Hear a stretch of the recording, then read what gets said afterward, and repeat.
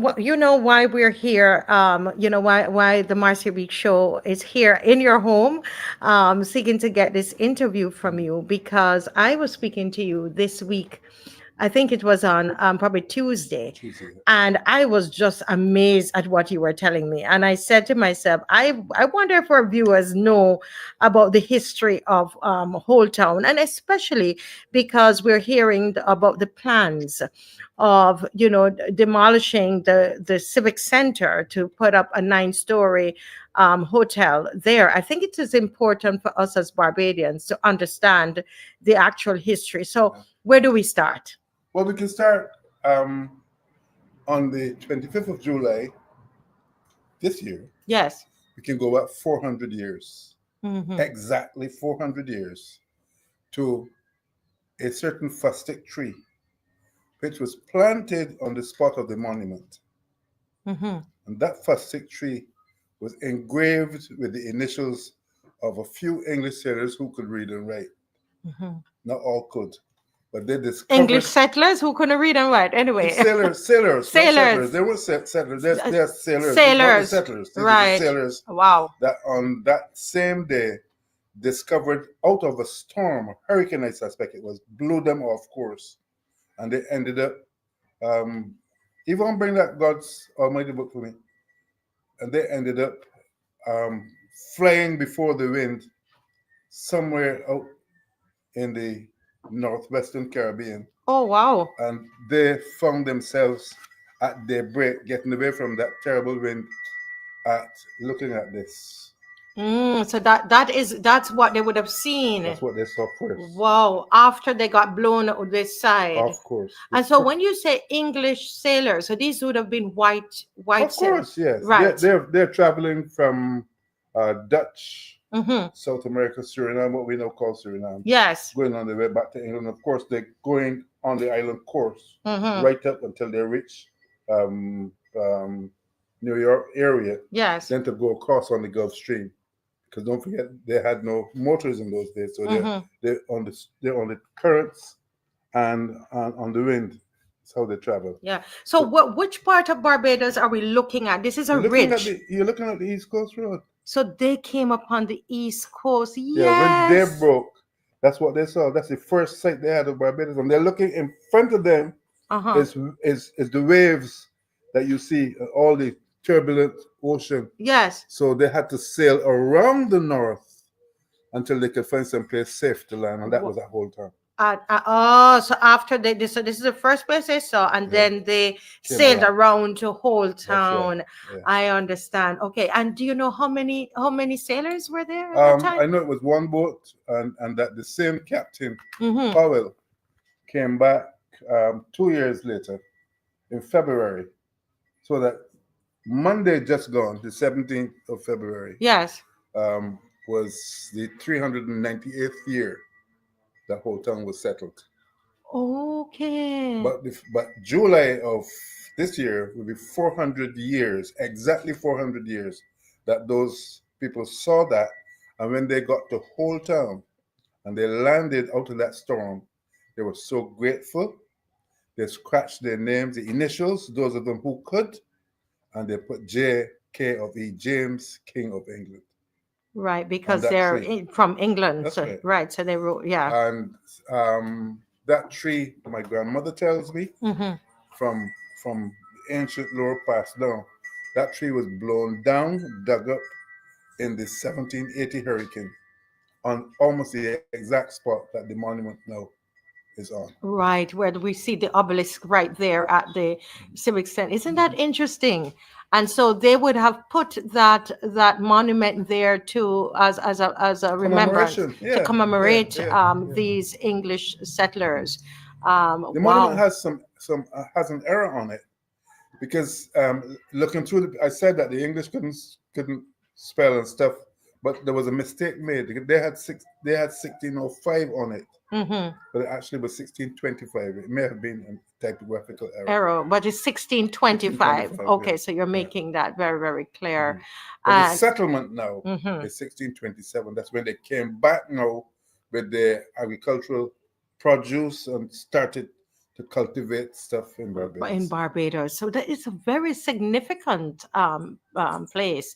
So when they came, did they find the Arawak Amerindians or the Arawaks here? You're gonna have to read God's Almighty Hand later God's on. almighty hand, guys. And is this one online? No, No, no, not none yet. of them No, no, online. this You is not did even say published that. yet. This is the printers. This is the printers. This is the first draft. Right, I remember. Right, so this. Yeah. Listen, I want to be when you are doing The the launch. launch. I'll invite I you want for to sure. be. I gotta read this God's almighty hand. Yes. So that's the only way I will know about the Amerindians. Oh, No. Mr. I'll tell you Greenidge. what. Because just think about two names: Hmm. the Indian River Plantation, Indian River, yes, the Indian River Bridge, yes, which is the bridge you go over when you pass Lime Grove. yes. What do you think they call it that? Ah, And the Indian River at Fontebelle. okay. Do you know? I honestly, I have not. I've never made that connection because we don't talk so much about the Amerindians, those that were here. Yeah, We yeah. don't talk about them really. I was really happy to hear Senator Haynes. Mhm, She mentioned about the Amerindians. I said, mhm. "Oh yeah, they were there too." So They were here wow. long before. Actually, I discovered doing some research earlier this year that there is now definitive research proving that the Amerindian people who were in Barbados, that Barbados um, from about 3,300 years BC, before Christ. Wow. So you're looking at a long, long time that this place was cultivated and occupied by people, the indigenous people of the Americas. Huh. And that's a huge different story because they started as Mongoloids Mm-hmm. in the area between Russia and China, Mm-hmm. and when there was still hard land to cross from that side to this side, they walked across what is now the Bering Strait Mm-hmm. Yes. and cultivated right down from Canada down into South America with different names, of course. And the Canadians are now still finding stuff as well. Right. So in time, they came all over this South America and from South America up to Barbados, Oh my goodness. which was farther away from all the other islands because we are really an Atlantic island, not in the Caribbean Sea. Right. Well, listen, guys, you've got to read. We're not going to talk about a whole lot on the on the Amerindians, but you've got to buy this book. He didn't tell me to promote it, but I mean, when you look at it, it looks so amazing, and I'm happy and honored to be holding the first copy in my hand, God's almighty hand, and that's really how many persons would say that that's what's happened to Barbados, being put together by God's almighty hand. Exactly. But you And the book is also put together by God's almighty hand. Ah, wow. There may be a little hiccup because I found last night, looking through some old stuff, I found a beautiful poem that I had written and did not include it. So I have to ask the printer now if he can stick it in. Right. So maybe another couple of weeks before we get You're to it. able to get Yeah, it done. yeah. But when these English settlers came, you said about 2 years after, Mhm, they now started to settle. They mhm. brought all They the came to crops settle. Yeah, and I guess all their goods and and yeah. so on. They They came to came. settle. They So talk to came. me They about came to that. settle. Talk to us about the settlement. They would have come a year earlier, Yes. but there was another storm that stopped the boat from coming down. And then so they came. If you look and you see the cycles, Mm-hmm. they have to come outside of the what we call our hurricane season. Yes. So they came down. They would have left England some 3 months. So if they get in February, they would probably leave England November, December, Yes. right, and come down. And Barbados is the first stop from Europe to America Oh, yes. because the boat engines weren't working then. They were only sails. Right. So you came down to Barbados, and then you took the trade winds, and you went up the Caribbean chain of islands Mm-hmm. until you went up the Florida coast until you reached between New York and Boston, depending on how the tides were. Right. Then the Gulf Stream, you could take your sails down and sail from northern North America, to London without having to worry. Wow. So this Now, was the first stop. and if you compare Barbados settlement with the settlement at Plymouth, when the Americans went to Plymouth in Yes. 1620, 5 years earlier than us, they made the mistake of trying to cross from London directly to Plymouth, Mm-hmm. and nearly half of them died. Wow. So this On this that would have been the Mayflower, safer route. the only safe route. The only safe route Yeah. would have been Mhm. here.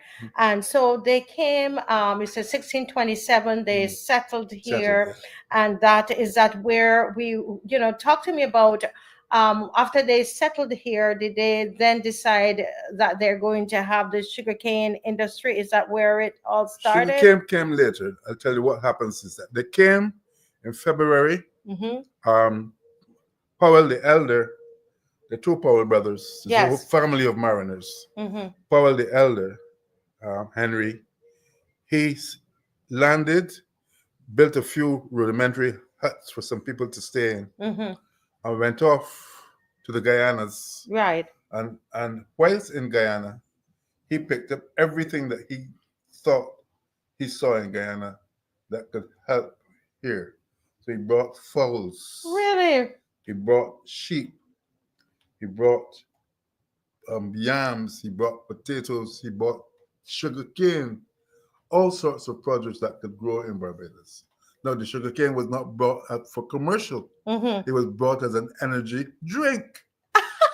You're serious? Yeah, you're working in the fields. Uh-huh.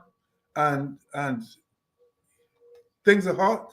You chop up cane and you suck the juice, and that refreshes your energy. Remember, it's full sugar. Right. It's only in 1637.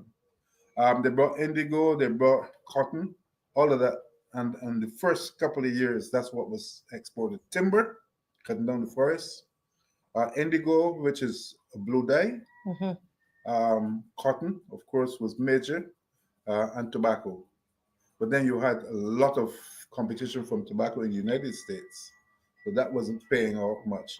And then this Jewish man called Pete Brewer, he discovered that Barbados soil was so shallow, Mm-hmm. it's rather to use a grass root, a short root, rather than the deep roots. Mm-hmm. So he said, why not use sugar cane? Right. And so sugar cane then became a commercial crop from around 1637, 1640. And that is where we had our people coming from Africa after that, because there were a few African people that came on the very first boat.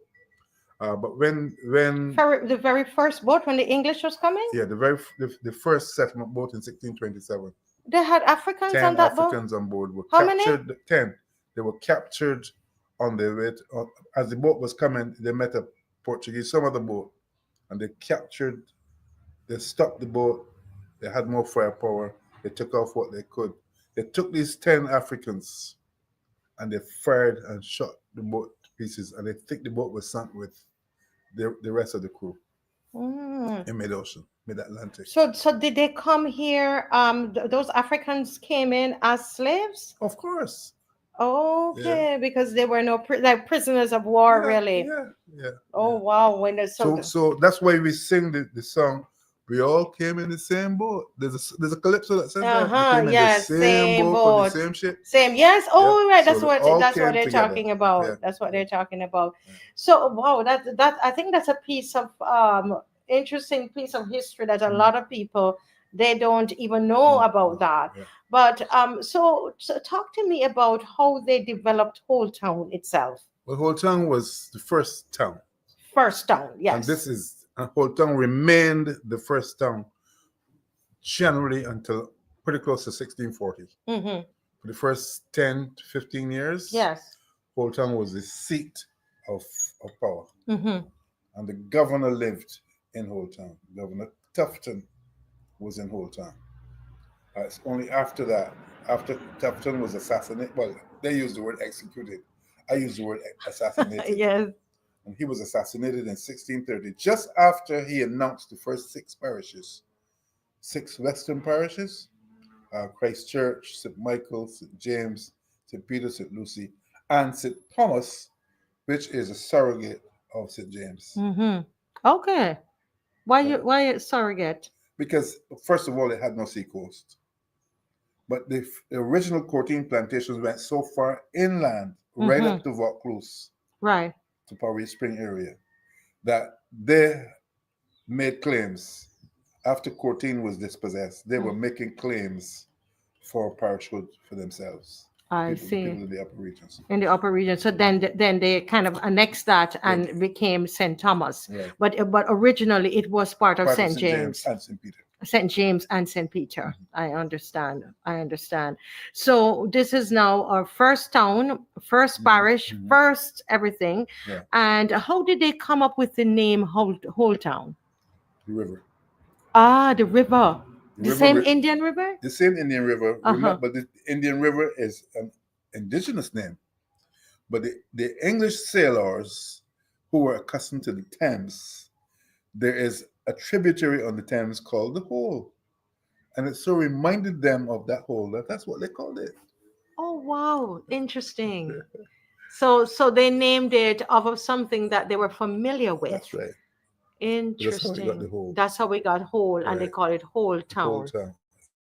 Eventually, well, two names. The parish was named for James, King of England, who was the king when they left. They Mm-hmm. didn't even know that he had died. By the time they reached from Guyana to Barbados, they didn't even know that he had died. The internet wasn't working, Right. so they didn't get the message. Yes. But when they left Guyana to come to Barbados, the first time, James had died, and they named well, in his honor, Mm-hmm. they called the first town Jamestown. Yeah, Ah, I see. yeah. Wow. Or St. Jamestown. St. Jamestown, Yeah, right? So that's yeah. where we got in terms of So the name of the you had parish. two names, St. Jamestown and Old Town. And Whole Town, Yeah, right? And yeah. all of that was just based on their experience. Mm-hmm. I'm curious, that Indian River that is still running there in Whole Town, what was Is the it running? well, it's not. Tell me Well, about that. Let me not make that assumption. it's been a disgrace Mm, because it is to my mind should be one of the focal points. That was after there was some law court case between the people of Jamestown Park opposite mm-hmm, because they were supposed to have access to the beach by way of the south bank of that. I played cricket. There was a swamp mm-hmm. where the Discovery Bay Hotel was up until 1965 when they transferred it to the Discovery Bay people. Yes. Um, but then when Jamestown Park was developed, they were given permission, or they had an agreement, I believe, that they would have access to the beach.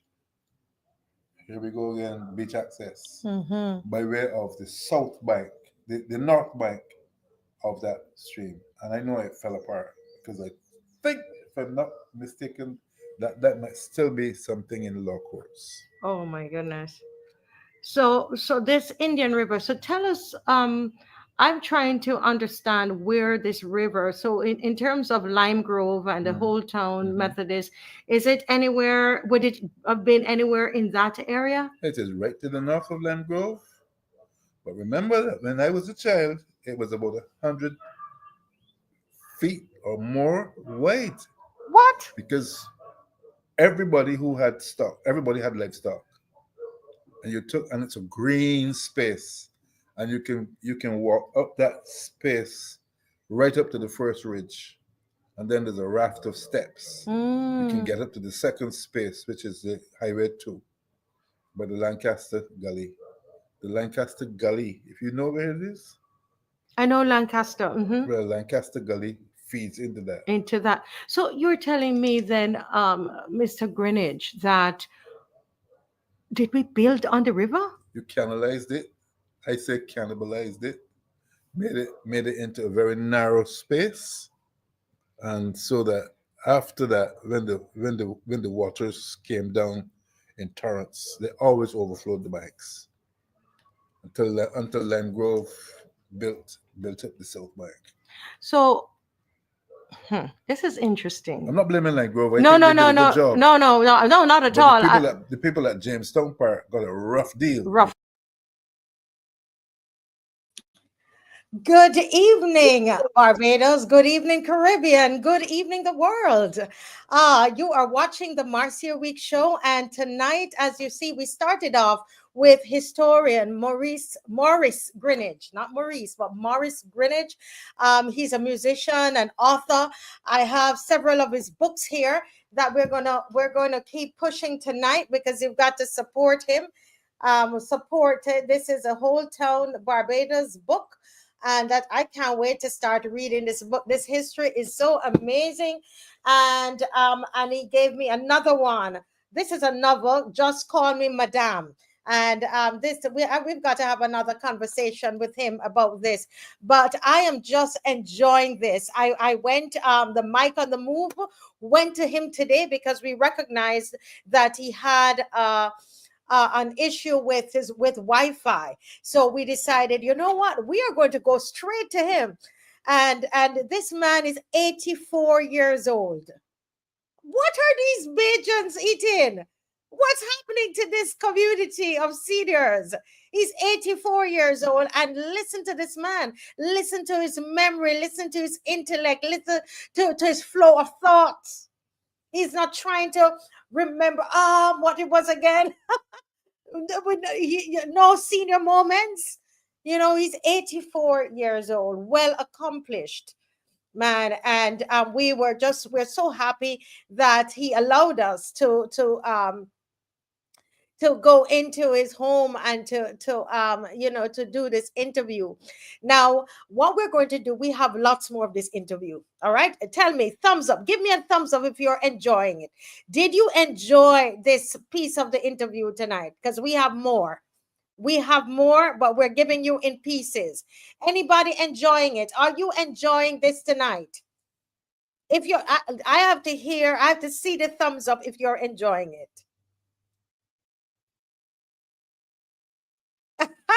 VI, welcome, VI. VI says, I can watch that entire video tonight. That conversation is so interesting. Well, we had scheduled him for 1 hour this evening from 8 to 9. But as I said, he could not, the Wi-Fi was a challenge after we tested today. And we went to him. So we have lots more of the interview. We just gave you 20 minutes.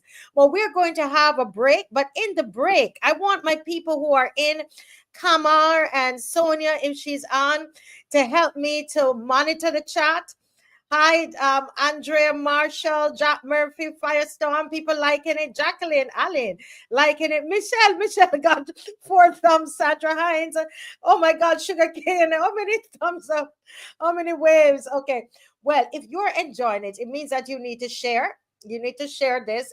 You need to make sure you share so that other people will be able to come in. It's Friday, and people tend to want to go out on a Friday evening, but they need to know that they need to be locked on tonight because, listen, Morris Greenidge is on, and we have something great. But before we go to Morris Greenidge again, we have the lovely Rose Corbin on, and when she's on, she's coming with the fire. I know my girl have the fire. She got her whip in her bag. I'm going to have to find my little strap tonight. I always walk with my strap. I don't know if Dave can bring my belt because I have a feeling Rose Corbin is going to put some lashes in them tonight. So she's going to talk a bit about the estimates tonight, and so we're going to pause for that half hour, and then we're going to go right back into Morris Greenidge, and then I'm going to talk with you about some of what has happened today with our children. It's alleged that these children that we saw, it's alleged that they stole a van and was attempting to steal a bike, and that these children, these are like 10 to 12 years old. They're about little boys, and it seemed like there are 4 different boys because there was another set of them that were waving this big machete that has that it was that kind of edge, the rough edge on both sides. I mean, this thing is almost as big as them, and that they're going to put it in their school bag, and they're going to school, and what they're going to do, and they're speaking about this on the internet. So we're going to have a discussion about that. We are going to have the phones line open for you at 9 o'clock, and you call in. Remember, this is your space. This is your space, okay? And so we want you to call in and to register your thoughts, etc. Now, as you are before you call in, I have what's it, 4 questions, and I'm giving away 4 mugs tonight. See the mugs? Okay, you see the mug? Yes, the Marcia Week Show mug. Okay. And the mug is $50, 50 Barbados for the mug, okay? If you haven't gotten your mug, you need to purchase your mug. But we are going to give away 4 tonight because, we're big on education. And, I'm also an educator. So I'm going to ask some questions tonight and see all of those who were listening. Were you really listening tonight, okay? Were you really listening to historian Morris Greenidge? And what I need you to do, Kamar. Oh, Kamar. Kamar says it's freezing. I want Kamar and Vihoy to help me. I don't know if Sonia is here. Sonia normally helps me in the chat. So only we're going to ask Kamar, and that's okay. They're in the diaspora, so they're not going to take up for anybody. And Vihoy, right? And yes, and they are going to be my judges tonight. So I have Kamar and Vihoy, give me a thumbs up if you're hearing me and you are in agreement to check the chat to find the winners. So I'm going to ask 4 questions now, and actually I'm going to ask 2 now. I'm going to ask 2 questions now, and we're going to try to find the winners. Let me see, Vihoy and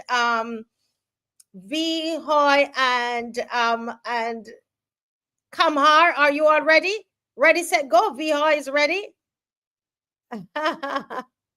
Very good. I see my good friend Zico on. Zico, you got to join me a little later, Zico. I'm going to send you the link at 9. You got to come into the studio with me, Zico John, to talk about these young men. I love to talk with Zico. So Vihoy and Kamar, my admin people, these are 2 wonderful ladies who support this show. They are amazing. And they are going to be my judges, all right? So here we go. Just before Mrs. Rose CORBIN come, and she gonna bring a bell to this government. But listen, here are my questions. Schools challenge. What year did the English settlers arrive in Barbados? What year did the English settlers arrive in Barbados? Be careful how you Google, because there's a wrong date up there. Because I know you all. I know you all are going to go straight to Google, but be careful how you Google in. All right. So, all right. So we have some. So you have to let me know who is the first one who put the year in.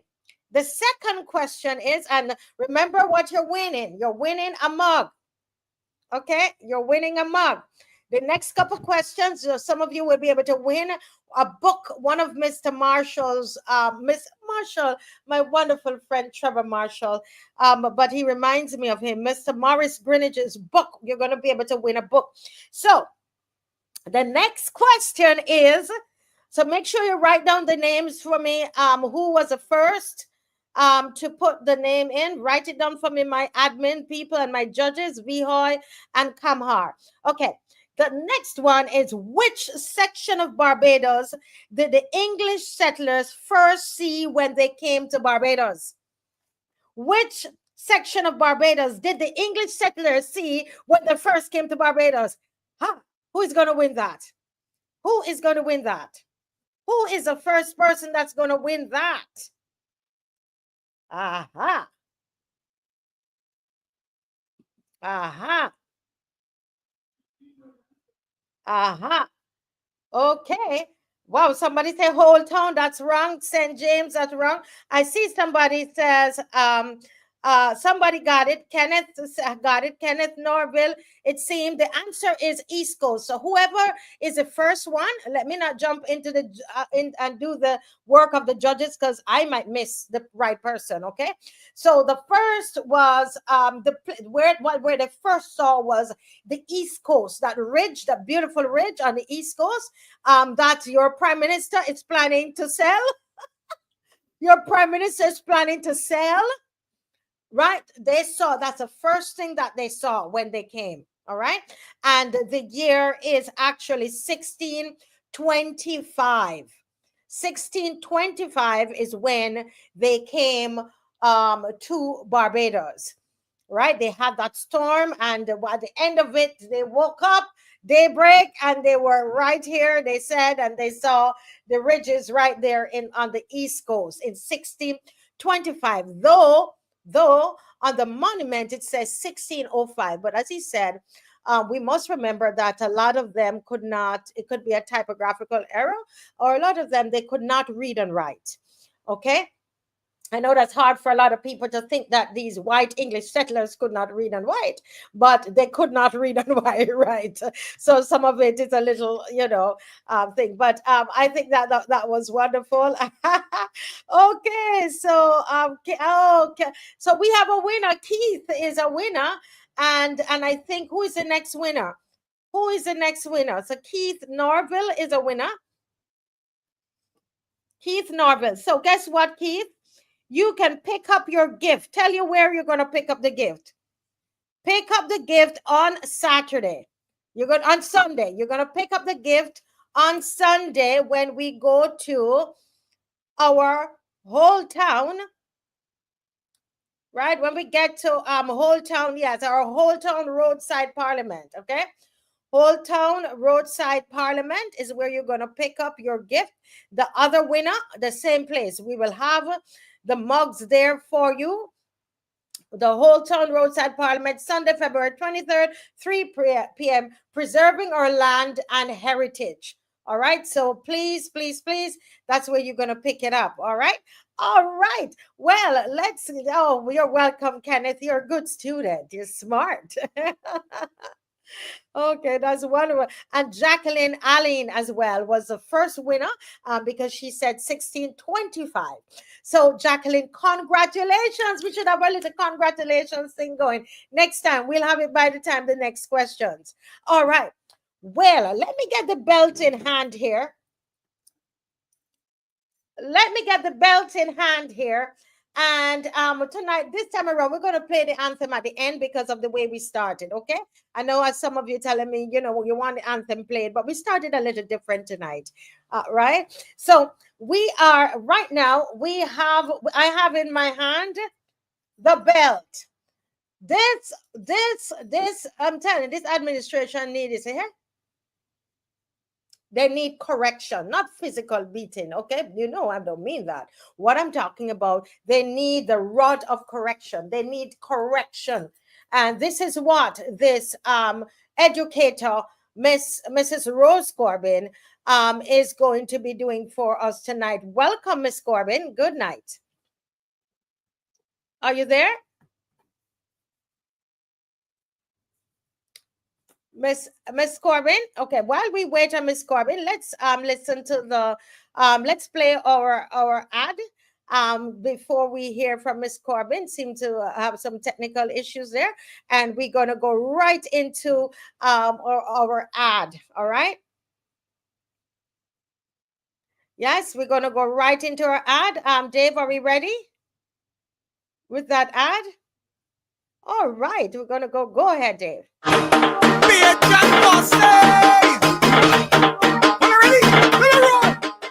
Barbados, keep the pressure on. Join us at Holetown Beach this Sunday, February the 23rd at 3 p.m. as we unite to preserve our land and heritage. From Joe's River and Gibbs Gully, the East Coast, BDF St Anne's Fort, Holetown Civic Centre, Bay Street, Government Headquarters, Geriatric Hospital, Pierhead and every inch along our coast. The government's plan to sell it all and force Bajans inland must be stopped. Stand with us. Stand for Barbados. Because together we say Not about hay, with our land and heritage. Mark your calendars and be part of the movement. See you there this Sunday, 3 p.m, HOLETOWN Beach. I don't give a damn. I can rock the stage and fly.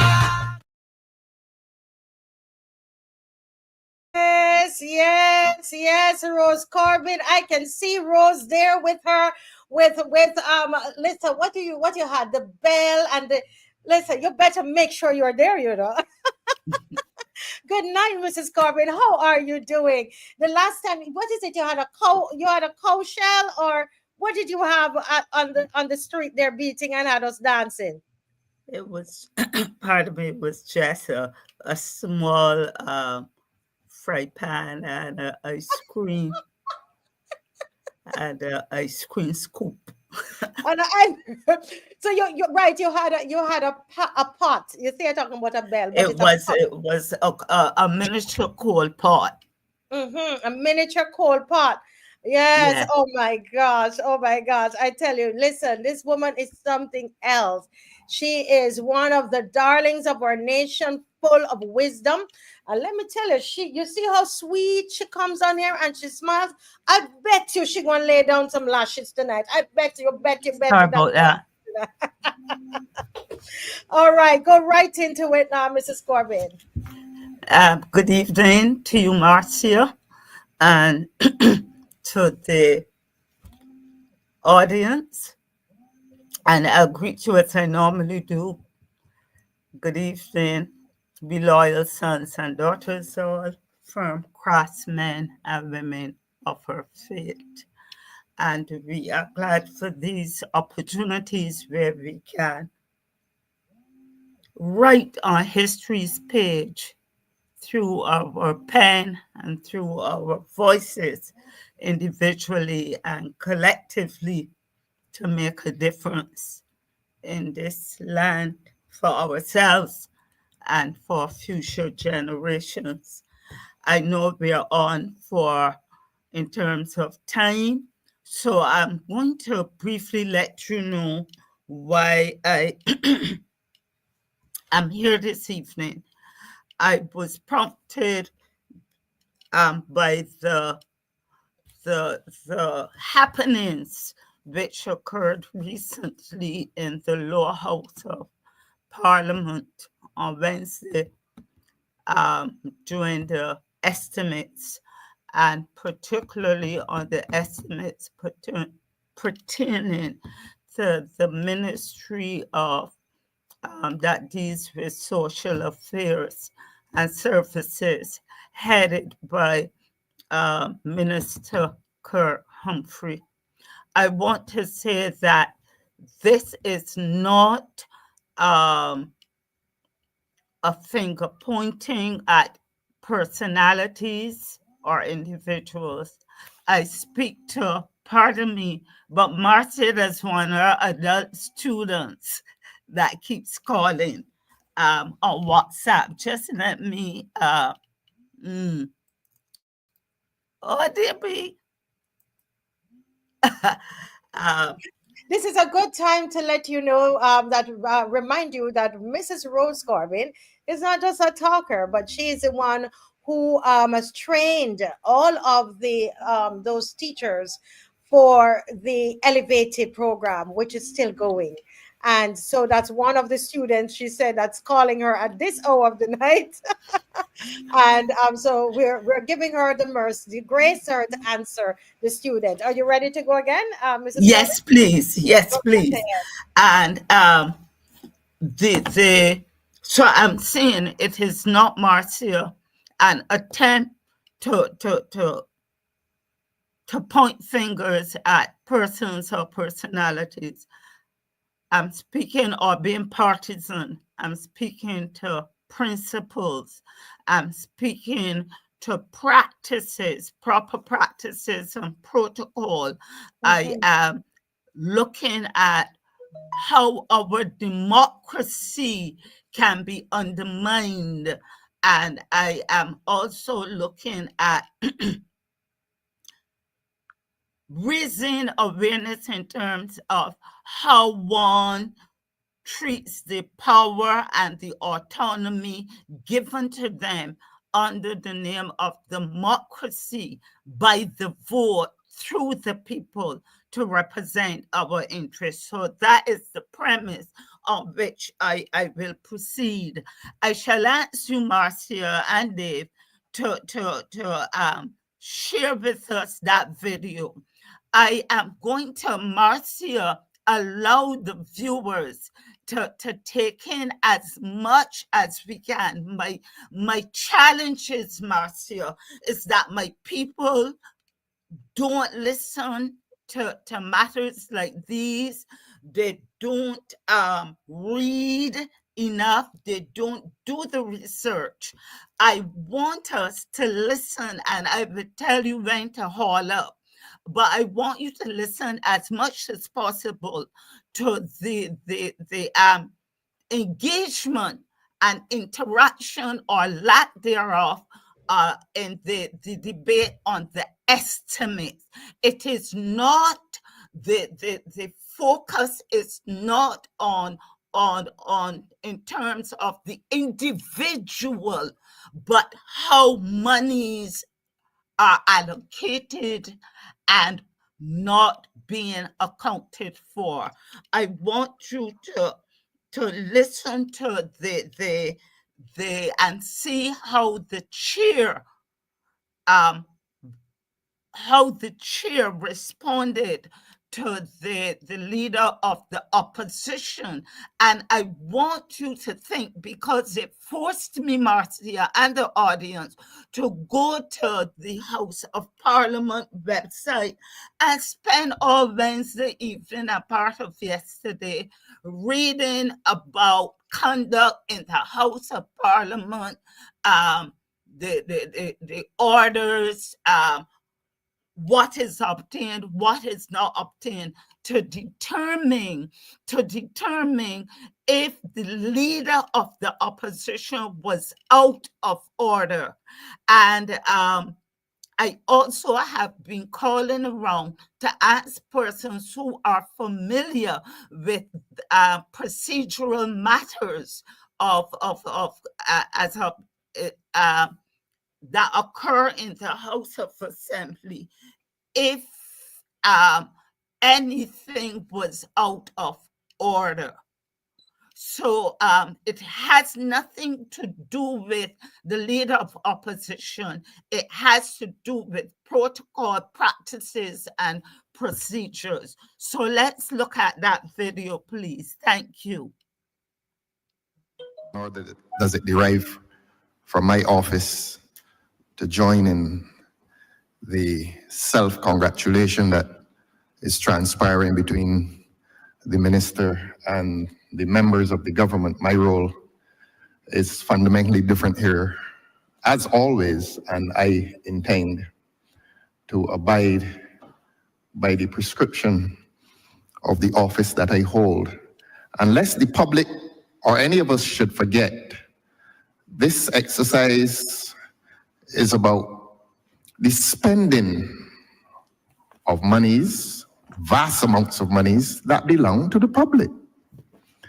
And let us keep it very simple. I've heard the philosophical treatises and so on, but I propose to ask some very simple questions. And I believe the answers to these simple questions are also simple answers. As I've said, this exercise is about the taxpayers' money, how the taxpayers' money has been spent, and how this government proposes over the next year to spend the money not belonging to the government, but belonging to the people of Barbados. Now, I beg your pardon? Oh, I'm sorry. On a judicial deafness, if they interrupt me, I can answer.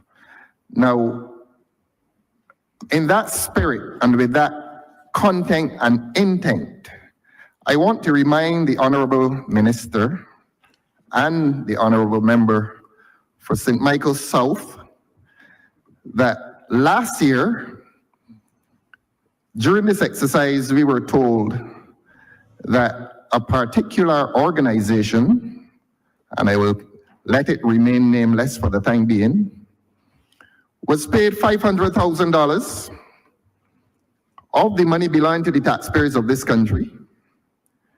And this year we have heard that that payment of $500,000 was in the nature of, and I quote, an experiment. Now, however I feel about it, I believe that the public is due some deeper explanation as to the payment of this experiment. So rather expensive experiment paid to, for all intents and purposes, one individual.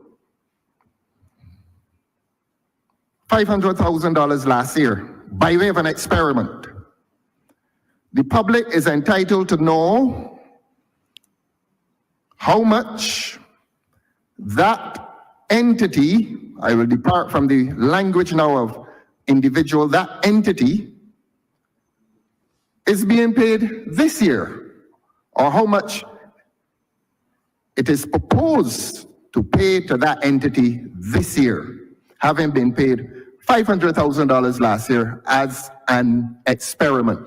Minister, please tell the public how much is proposed to be paid to this entity this year in pursuit of the similar work that he was supposed to have done last year. That's my very simple question. The answer is simple. No philosophy here. Simple numbers. $500,000 experiment last year. Tell the public how much is being paid to that entity this year, please. Honorable Chair,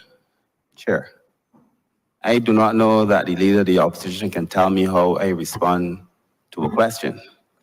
And therefore, I will respond to the question in a manner that I, Kurt Humphrey, Minister of People Empowerment and Elder Affairs, see fit. First thing. Pause, Marcia. Second thing is, I also appreciate. Pause. Do you hear that response? And one did not expect that. You're being asked a question on behalf of the taxpayers and the public of Barbados. And what I am hearing is not appropriate. That the person asking the question on behalf of the people can answer the question in that manner, and tell you what you're to say. Is this good governance? And this is only the beginning of the debate on the estimates, and this is what is coming through. When you are asked about $500,000, $500,000 that was given to an NGO, unaudited so far, and you are being asked to give an account for it, and this is your response. Dave, could you pull it up again and let the people hear how serious matters are treated? Pull it up to that point, to the minister's retort. I call that a retort to the question posed.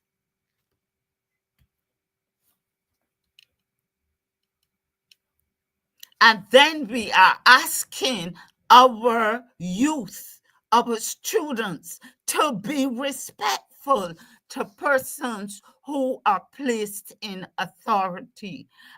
Dave, could you pull up that response quickly? And I will just, Marcia, I'm going to move ahead. I'm not going to stretch it.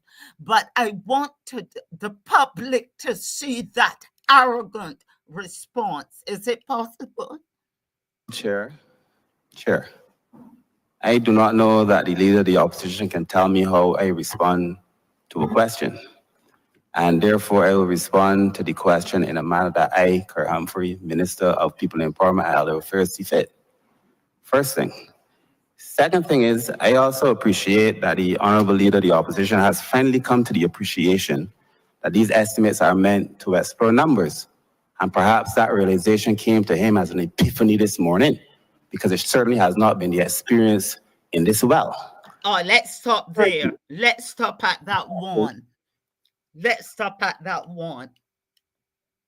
And note that it was called an experimental payment.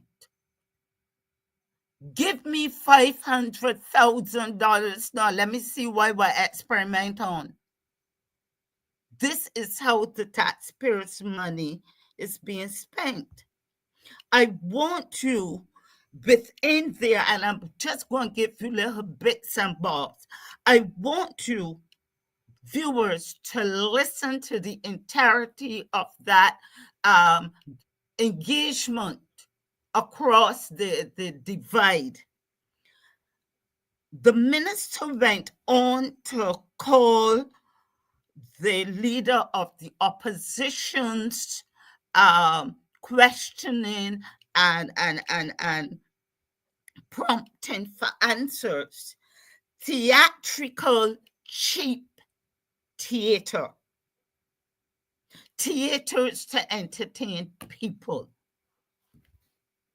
A serious question is being asked about taxpayers' money. And that is how one honorable, and I'm using the term honorable, one honorable minister is responding to the office of the leader of opposition as engaging in cheap theater to entertain people. Is that what we have sent these persons to represent us and to say when serious questions are being asked? And one would see, I was riled as I listened. And therefore, I was not distressed when the leader of the opposition responded accordingly and allowed the minister to know that the questions asked or the quest for answers cannot be or should not be construed as cheap theater, theatrics to entertain people. Is that what they see the Honorable House of Assembly to be? A theater? That's why they go in and they grandstand and they have their fun on serious matters, as opposed to taking the opportunity and accounting for serious matters when questions are asked. I want Dave to look at 1.19 of this clip, 1.19, Marcia, of this clip. And I'm going to just bring up my 4 or 5 concluding points. Dave, 1.19. And this is from the chair. Even to call it tangential. To call it tangential would be to be generous to the leader of the opposition. It's not even using public monies for private political purposes, yes or no? No, Honorable Leader of the Opposition. Honorable, do not answer that question. No, I couldn't possibly answer it. He knows I couldn't answer nothing it. to do with these estimates. I am today. asking. Honorable Leader of the Opposition, proceed with your next question. Sir. Proceed with your Let's next just go back, Marcia, please, to Read your WhatsApps what and come. the chair instructed the minister, how he instructed the minister. as stray as it is. As strange? Stray from the facts. Straying from what is before the this public place. wants to know if the man has been using It's not public even funds for to private call purposes. it Honorable Leader of the tangential. Opposition. To call it tangential would be to be generous to the leader of the opposition. It's Is not he even using tangential. public monies for private political purposes? Yes or no? No, Honorable Leader of the Opposition. Honorable member, do not answer that but question. no, I couldn't possibly answer. Let's stop there. And I am not familiar with practices, those kind of procedures. I'm not familiar. But I want to find out from amongst ourselves in this chat if the chair was correct in instructing the minister not to answer the question posed. I found that I do not think, and again, this is not partisan, if the leader of the opposition were out of order, and as I said, I studied the general orders on Wednesday after all of the House was adjourned. I do not believe that the leader of opposition, the learned man, the QC, would lead a line of questioning that he knew was inappropriate or was an abuse of his position. But here we're having the chair instructing a minister not to answer the question. Someone advise me, please, because this behavior I find is inappropriate, and I am looking to see how we're going and how we're being guided. And terms like cheap theatrics, terms like I don't have to answer. You can't tell me to answer you or how to answer. Is that what we have sent them to the House of Assembly? You know, I was thinking, Marcia, that with all the seats except one, that they would have used that opportunity twice to make Barbados, let's say another Singapore then, a model. If you want to go down in history as being so innovative and creative, I would have used the 2 terms given to me to create an unforgettable model of socio-economic development, innovation, productivity, as opposed to being so indifferent to the people who have sent you there. So, Marcia, I conclude by asking these questions, and I would prompt and encourage ourselves to listen to the debates, follow through on that engagement, interaction, and go yourselves to the House of Parliament PDF file on conduct of business in the House of Parliament. So, Marcia, just asking, and I'm wrapping up.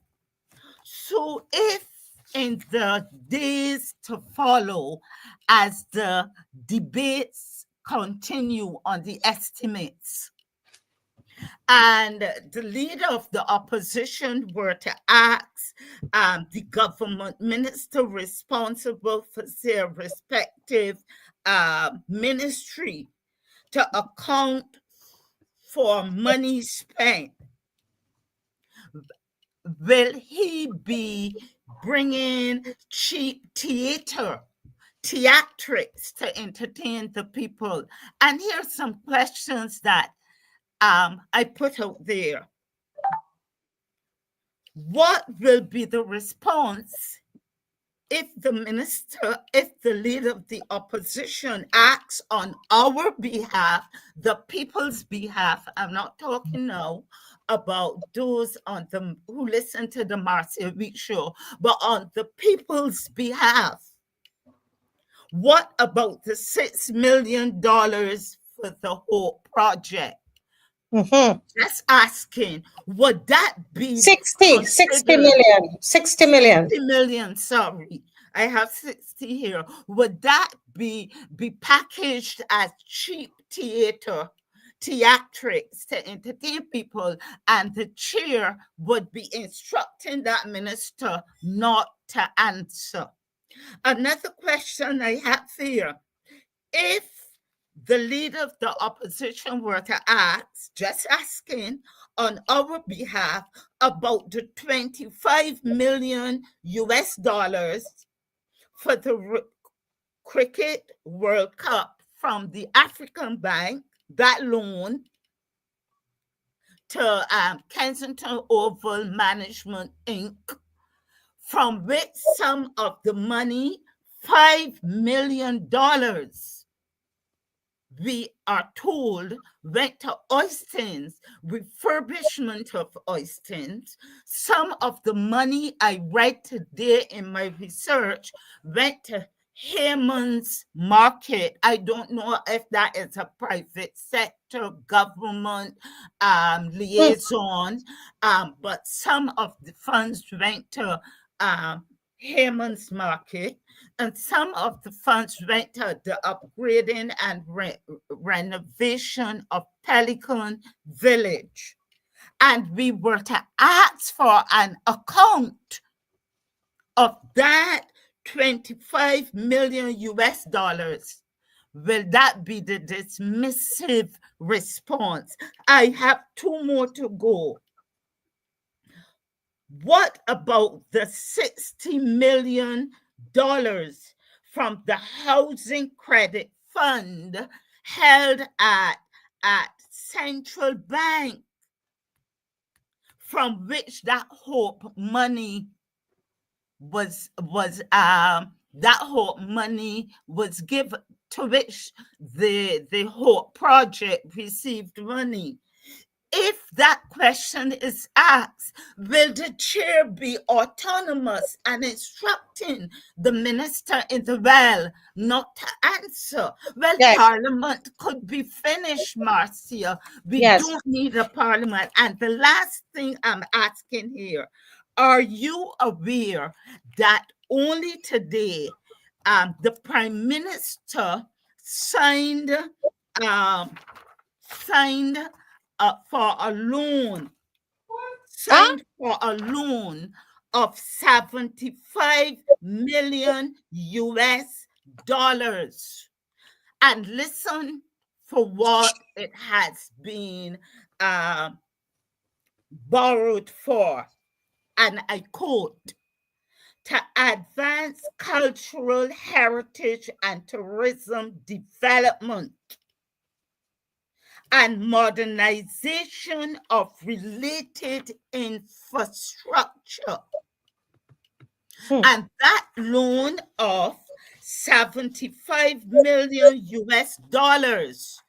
comes from CAF, which is the Development Bank of Latin America and the Caribbean.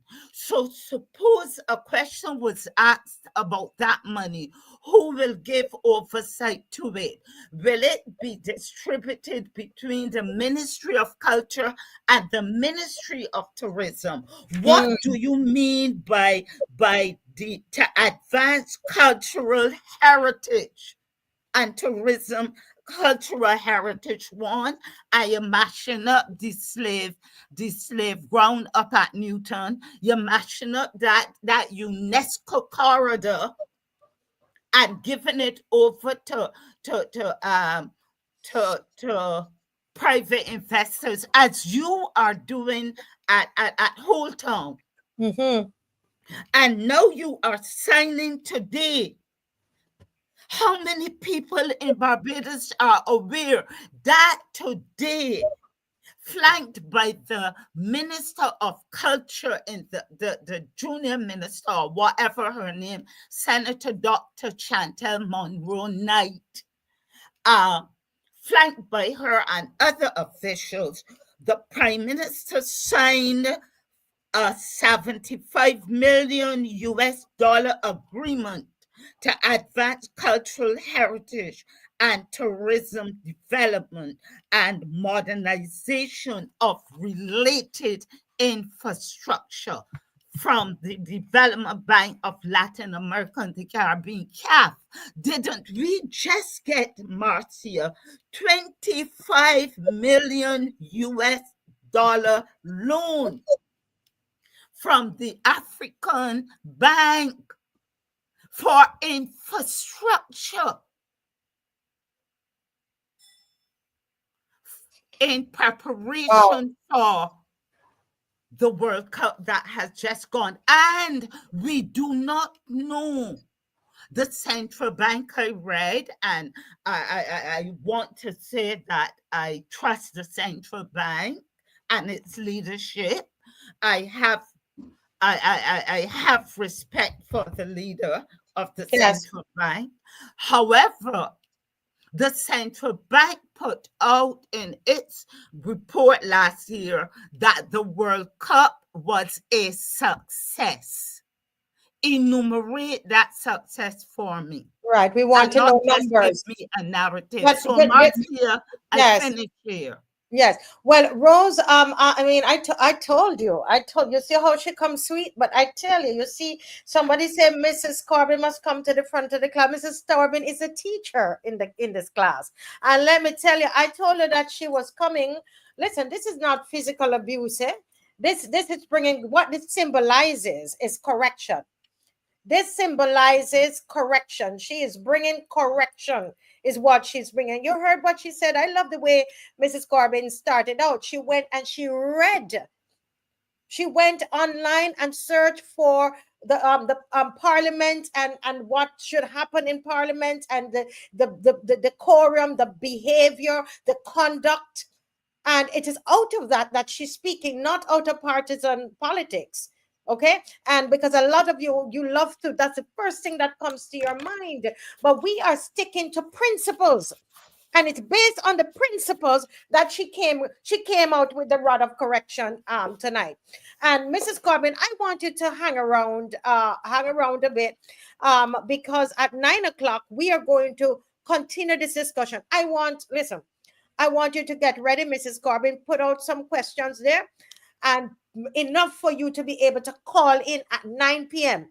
Everybody, remember 9 p.m. Make sure this phone is ringing. Let's call in and talk about this situation, because they need to know that we're not going to forget it. The last thing I will say about this, so Mrs. Corbin, just wait for me in the green room, because we're going to go right into going to make a few comments about this organization, the Barbados Association of Homeless. What's the E for again? The Barbados Association of Homeless. Somebody tell me the E. I can't remember what the E stands for in it. Okay, but yes. So you're just going to wait a little bit for me, Rose. I hope you can hear me. Is everybody hearing me clear? Rose, are you hearing me? Yes, please. Okay, so just wait a little bit in the green room. Don't go anywhere, if you will allow us, and be back on at 9 o'clock when the calls are coming in, so you can interface with the people and you will have some time to share some more. Okay, thank you so very much, Mrs. Corbin. Thank you too. Yes, excellent. Homeless Alliance. Okay.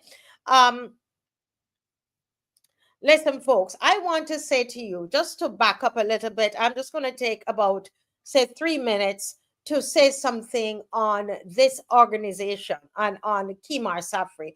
First of all, let me say that Kimar Safri is a fellow Jamaican who's doing, he came to Barbados, and it's great to know that he's taking care of the homeless in Barbados, and it's a great effort.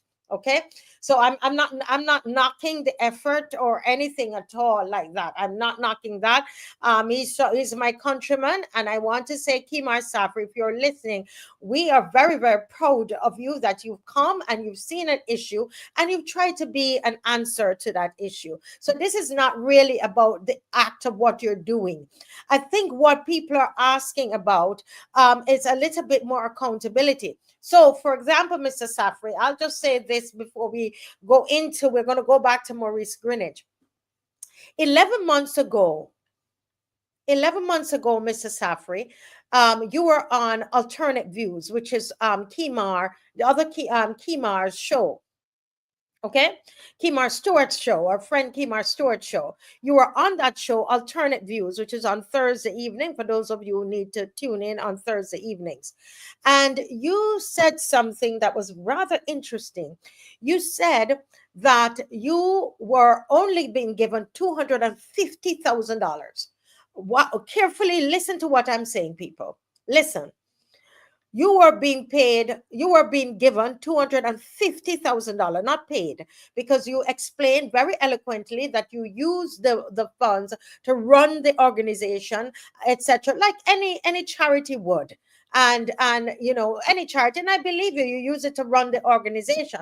But you said something that for $250,000, that the minister, the same Kirk Humphrey, which at that time, 11 months ago, Mr. Safri, you were very, very upset with him. You remember that? Mr. Safri, you were very upset with him 11 months ago. And we have all of that on Alternate Views. To the point, you were so mad with that minister that the minister came in the comment section. And I'm sorry, we don't have the time to go through this, but I'm going to find those spaces and I'm going to come and show it on here, because I have questions for you. And I'm hoping that it's not a situation where you say we don't need to ask the questions, or the minister is going to tell us, the taxpayers, we don't need to ask the question. The question is, what has happened between 11 months ago up until now, where you would receive 500,000? So this is an extra 250,000. Because you were saying you were only getting 250,000, and that the minister, Humphrey, wants you to give, to work in the office and to give, what's the word? I'm looking to be a consultant. You were complaining I have it on record that you were complaining 11 months ago that you are not going to be any consultant to Mr. Humphrey because you're only getting $250,000, which is for the running of the organization, and it's not a payment to you, Kimar Safri. And you were very, very upset. My big question is, what has changed between then and now? You received last week, up to last year, March, it was in the estimate, you were receiving $500,000 as an experiment. So they added another $250,000 to you. Is that what is being added to you? I think it's a fair question to ask, because you're no longer complaining. You're now working. It appears to us that you are now working very closely with the ministry. Are you now being paid to be a consultant? The extra $250,000, what is it for? Am I wrong to ask that question? If at $250,000 you are complaining and say you're not going to be a consultant because they're going to take your ideas and etc., etc., what is the arrangement and what is the relationship now with Mr. Kirk Humphrey? Up to last year at the budget, I know for a fact that you, Mr. Humphrey, and yourself were not in good terms. You were not. It's a fact, Mr. Safri. What has changed between then and now that you are going to get another 500,000? If it were an experiment, has the experiment worked? Has the experiment worked, Mr. Safri?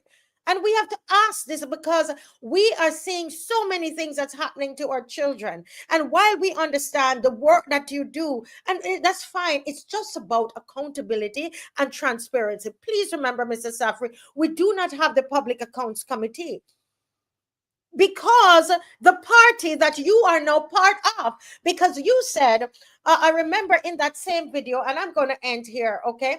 In that same video, you, the minister said that we cannot politicize homelessness, and it should not be, it's not political. But Mr. Safri, aren't you now part of the political machinery of the BLP? So I want my Barbadians to think about it. You're part of the political machinery of the BLP, and you are getting money for a charity, and then you are seen by the people in the Pine delivering packages, care packages to families in the Pine. Is that out of the 500,000 that you got to run a charity?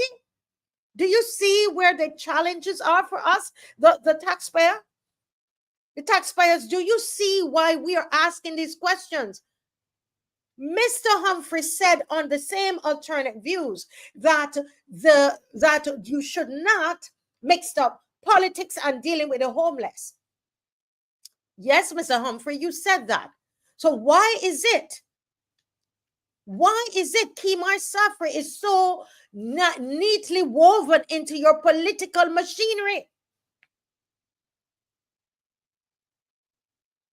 that he could be delivering packages on behalf of the minister right there in the Pine?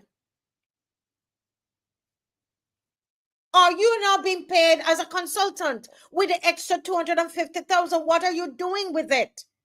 That's all it is. And I think it's fair.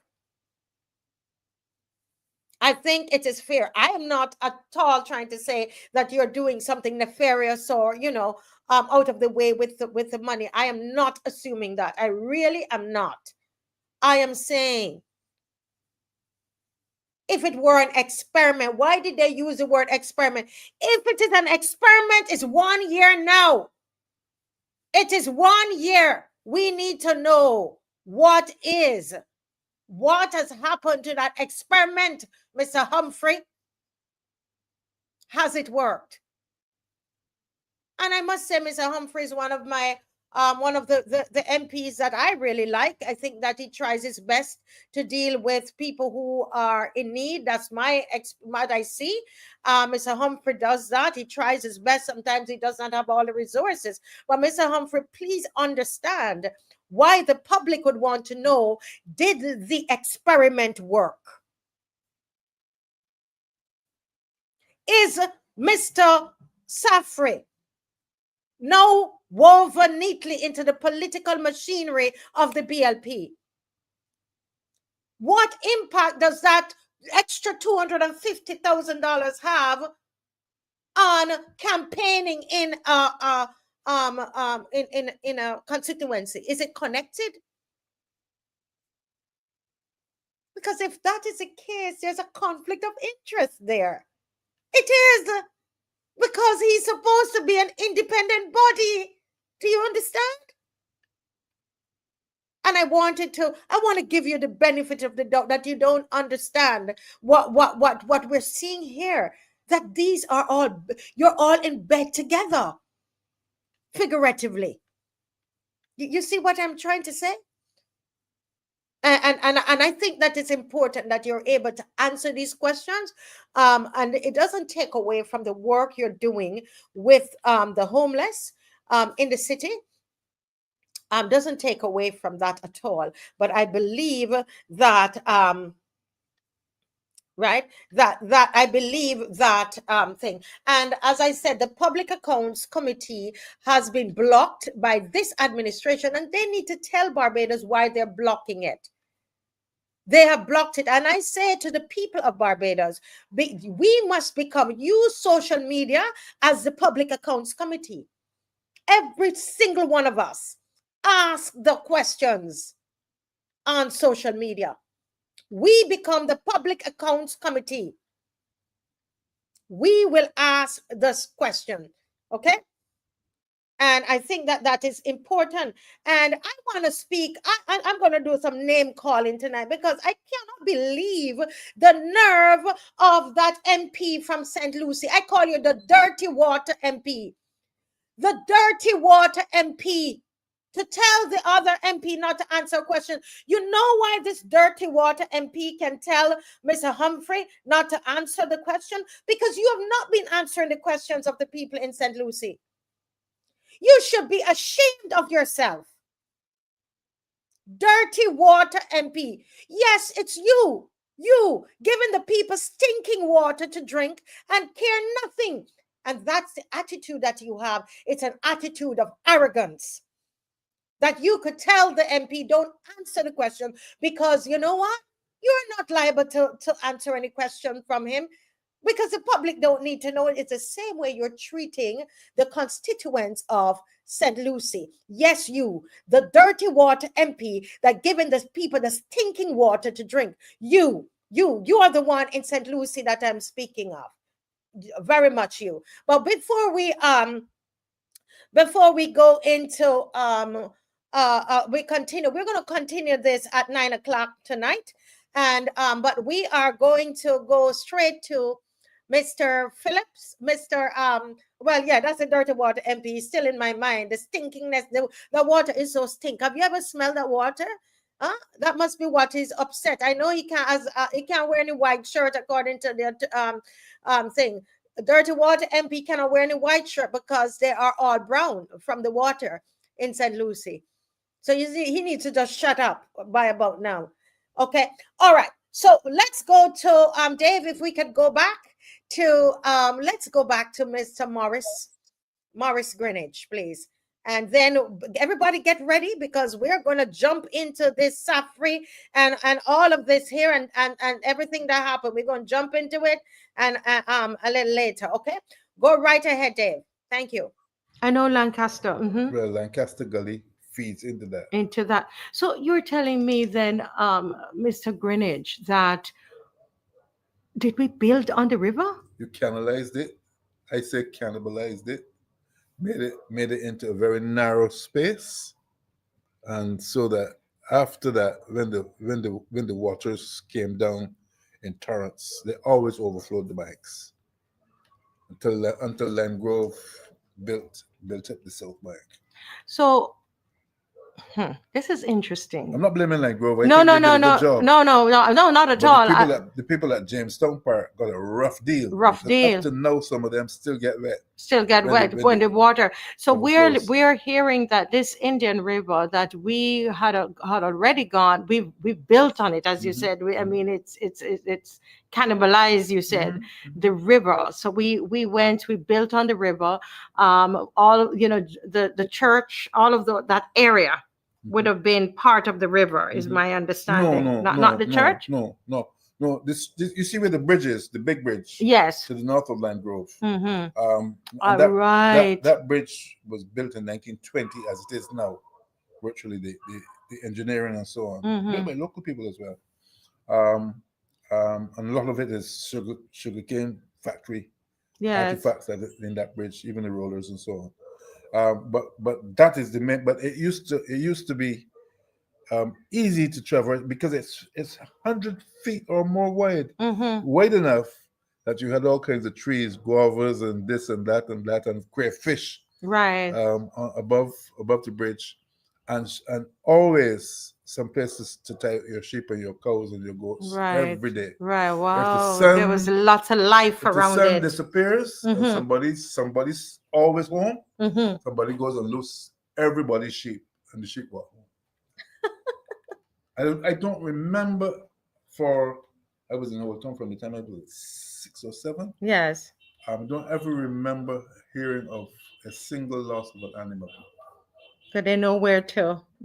Somebody was always there to guide them back. Wow. And find their way all of that is a loss. So this, I'm curious because if we built on it and basically erased it. What happens when the rainfall? You started to talk about some houses there that still are, they They get get some wet. trouble. They Was get there wet. any time in history that those homes would have been affected? Of course. Can you tell us about that? I can tell you almost every major rainfall.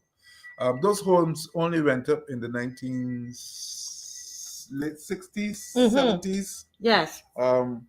So we had, I don't think they were there in 1970 in any way, but I know that after that, and up until fairly recently, there's one particular family that still suffers rainfall in the northern part of Jamestown Park.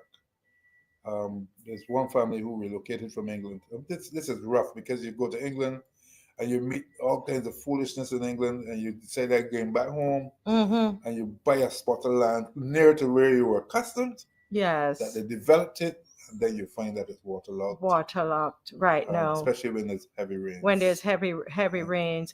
I think one of the things we were talking about was when there was a big storm, and there were people that lost homes. Is it along that This could be area 1970. in 1970? In Can you tell us about that? 5 years after Discovery Bay was completed, Mm-hmm. they actually built a wall from the road almost right down to the beach side, protecting their northern boundaries. And that wall created a dam for the houses, including my family's, to the north, so that the 1970 rainfall, which was the highest rainfall that we ever had in a short space, it was more than 1949, which I remember. But the 1970 was over 3 days non-stop of rain. Mm-hmm. And I had moved from Holetown, but we heard what was going on, and then back down on rails. The people being brought out. There was one old lady, Miss Mary, that was brought out through her window. Her window. So high was the water in her house. And Wow. then they moved, and everybody ran. from down Right. there. So it's so important not But the to. thing is, we Yeah. want to talk about dispossession. You didn't have to dispossess them. You just had to frighten them with the rainwater. Mm-hmm. And in the older days, the only lands that were available to black people were lands on the beach because they were non-productive. So you got a piece of beach land, and derisively you call it crab hole land, and you would cut somebody, but you give me that piece of Crab crab hole, but why the name crab But hole? the What only do they thing you mean? plant on it is a crab hole.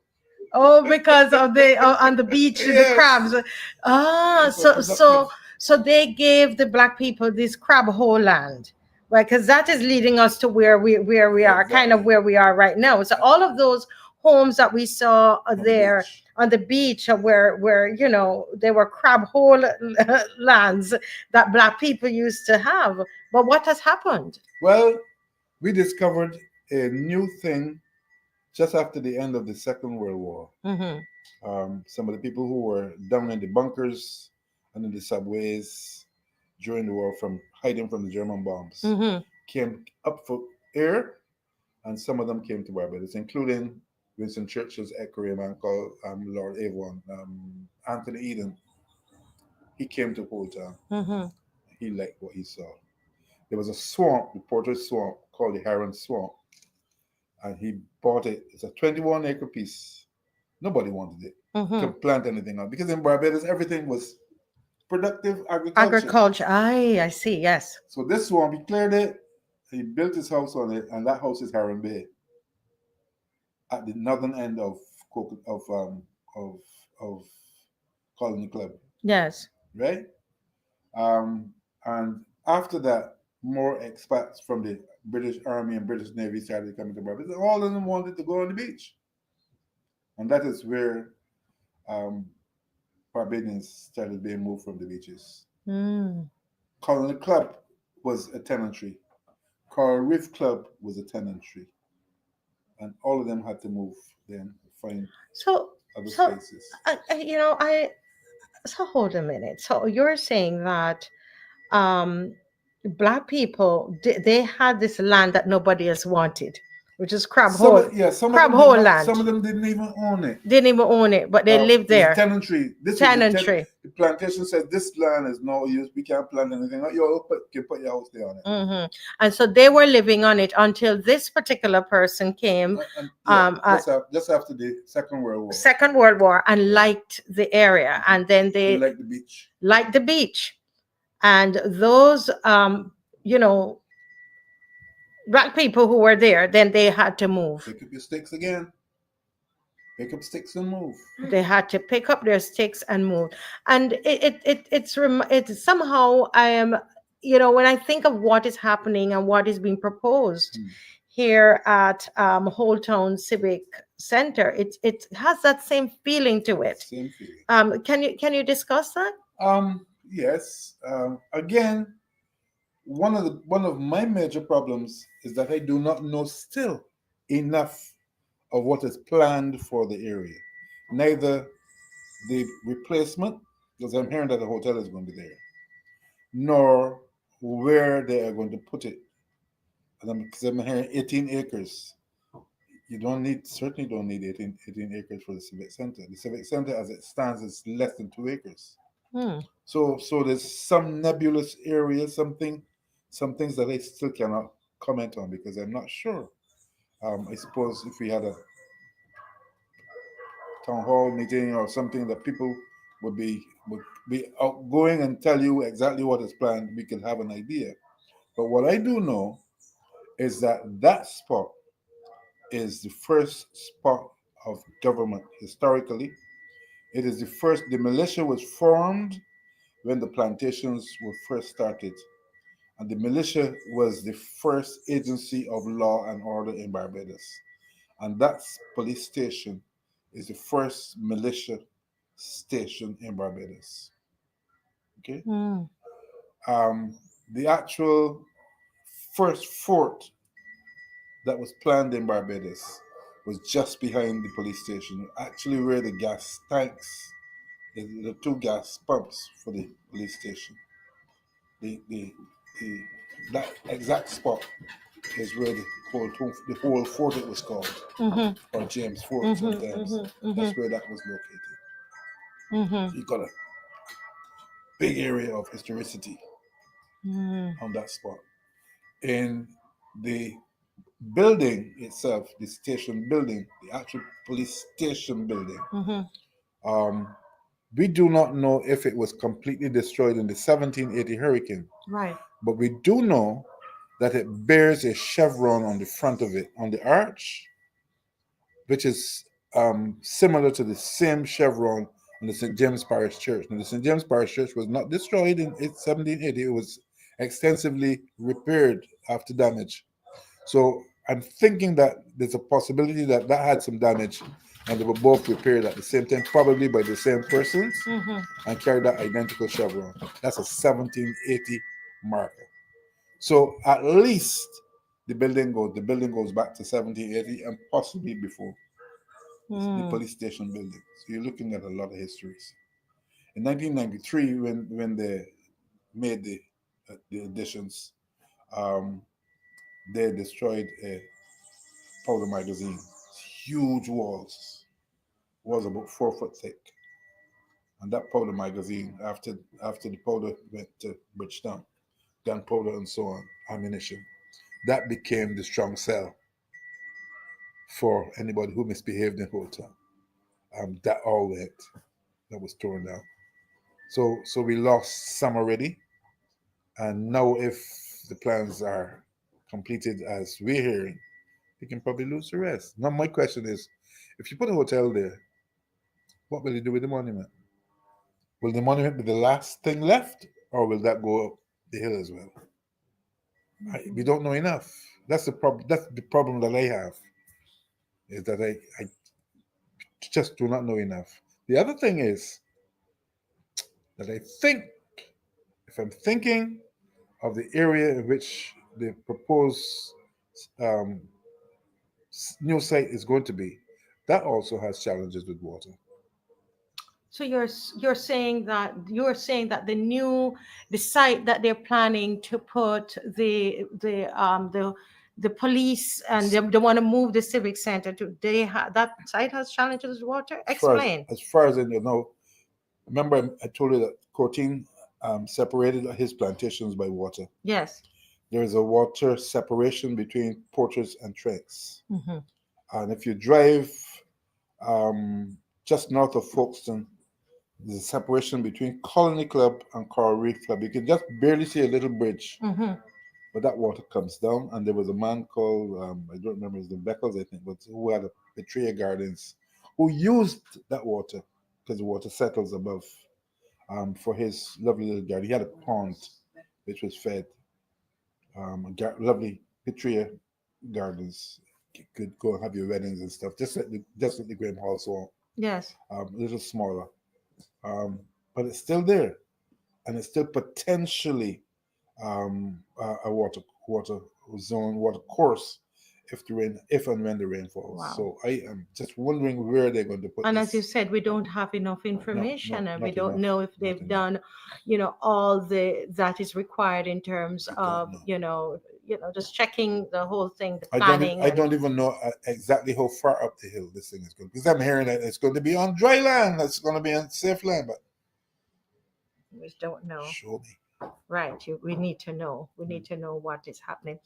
What, for Barbadians who say, well, the buildings at the hotel's civics center, those are not historic. The police station is not historic. Police station is historic. Because you're now saying that. They're Police saying, oh, that station was is built in very- 1990 Oh, something. no. Only the dorms. Can you Only explain the, what the that, actual please? police station where you go to make your charge Mm-hmm. and tell them that somebody interfered with you or something? That is the old building I'm talking about.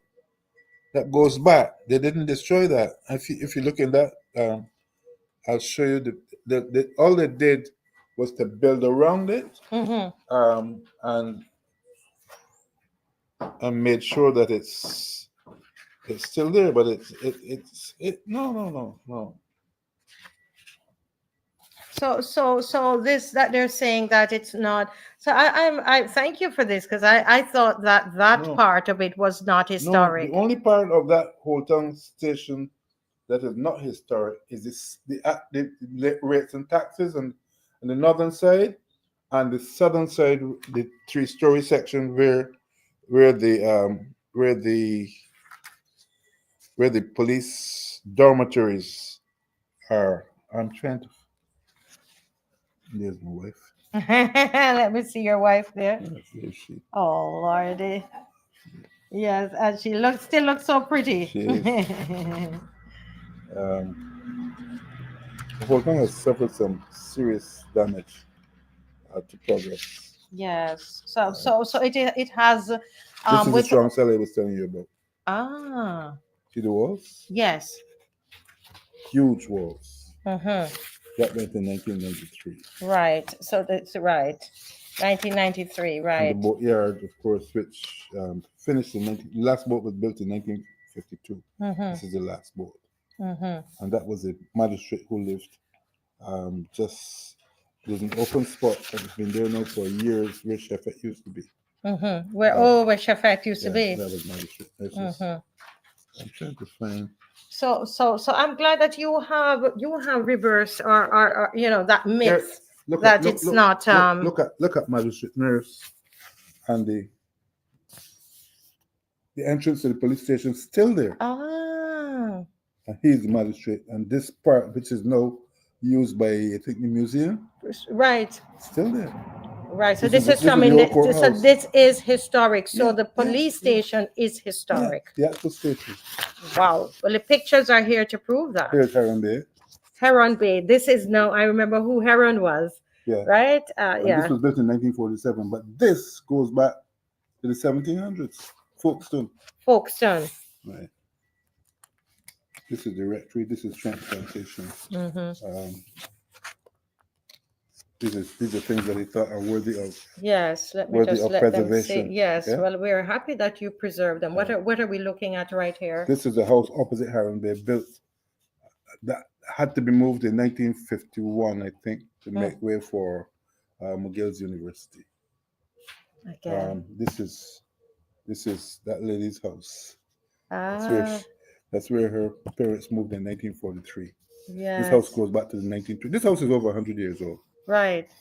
And this house was on the sea, Craftsmanship, huh? on the beach Yes, before it moved. before it moved. So Yes, yeah. so it, it's quite interesting that this Yeah. is the same thing that is happening. Somebody Again, comes again. and finds something that is beautiful that they like, and then we have to move.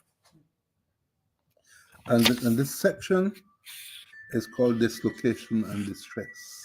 Say that again, please. Dislocation and distress. Dislocation and And distress. distress. Why this is a section in your book. Why Yeah, did you and call it that, sir? Because that's exactly what happened. You get dislocated and you're distressed about it. Because you get put in a spot, and then somebody else sees it later on and decide, but I want this, so you gotta move. Usually a developer, somebody, as Senator Haynes says, usually it's foreign, developers that come in and they visit the country, they like a spot, and then we have to move. Yeah, wow. That's The houses are all chattel. And you know what chattel is? Movable. movable. property. Yeah. So then we have to move, and that is basically what would it mean to Barbadians, you think? What is it? Because somebody said, well, it's just buildings, and it's just, and so there are others who say, oh, but that's the white people that came in there. No, You hear a lot of that. They say, but it's the white settlers, that has nothing to do with us. What do you say to that? I tell you that heritage is in everything, even the grains of sand. There's heritage in it. And there's heritage. Look at these people. See these people? Let me see that. These people lived at Trent's Corner. Okay. These people are a family that lived at Trent's Corner. Mm-hmm.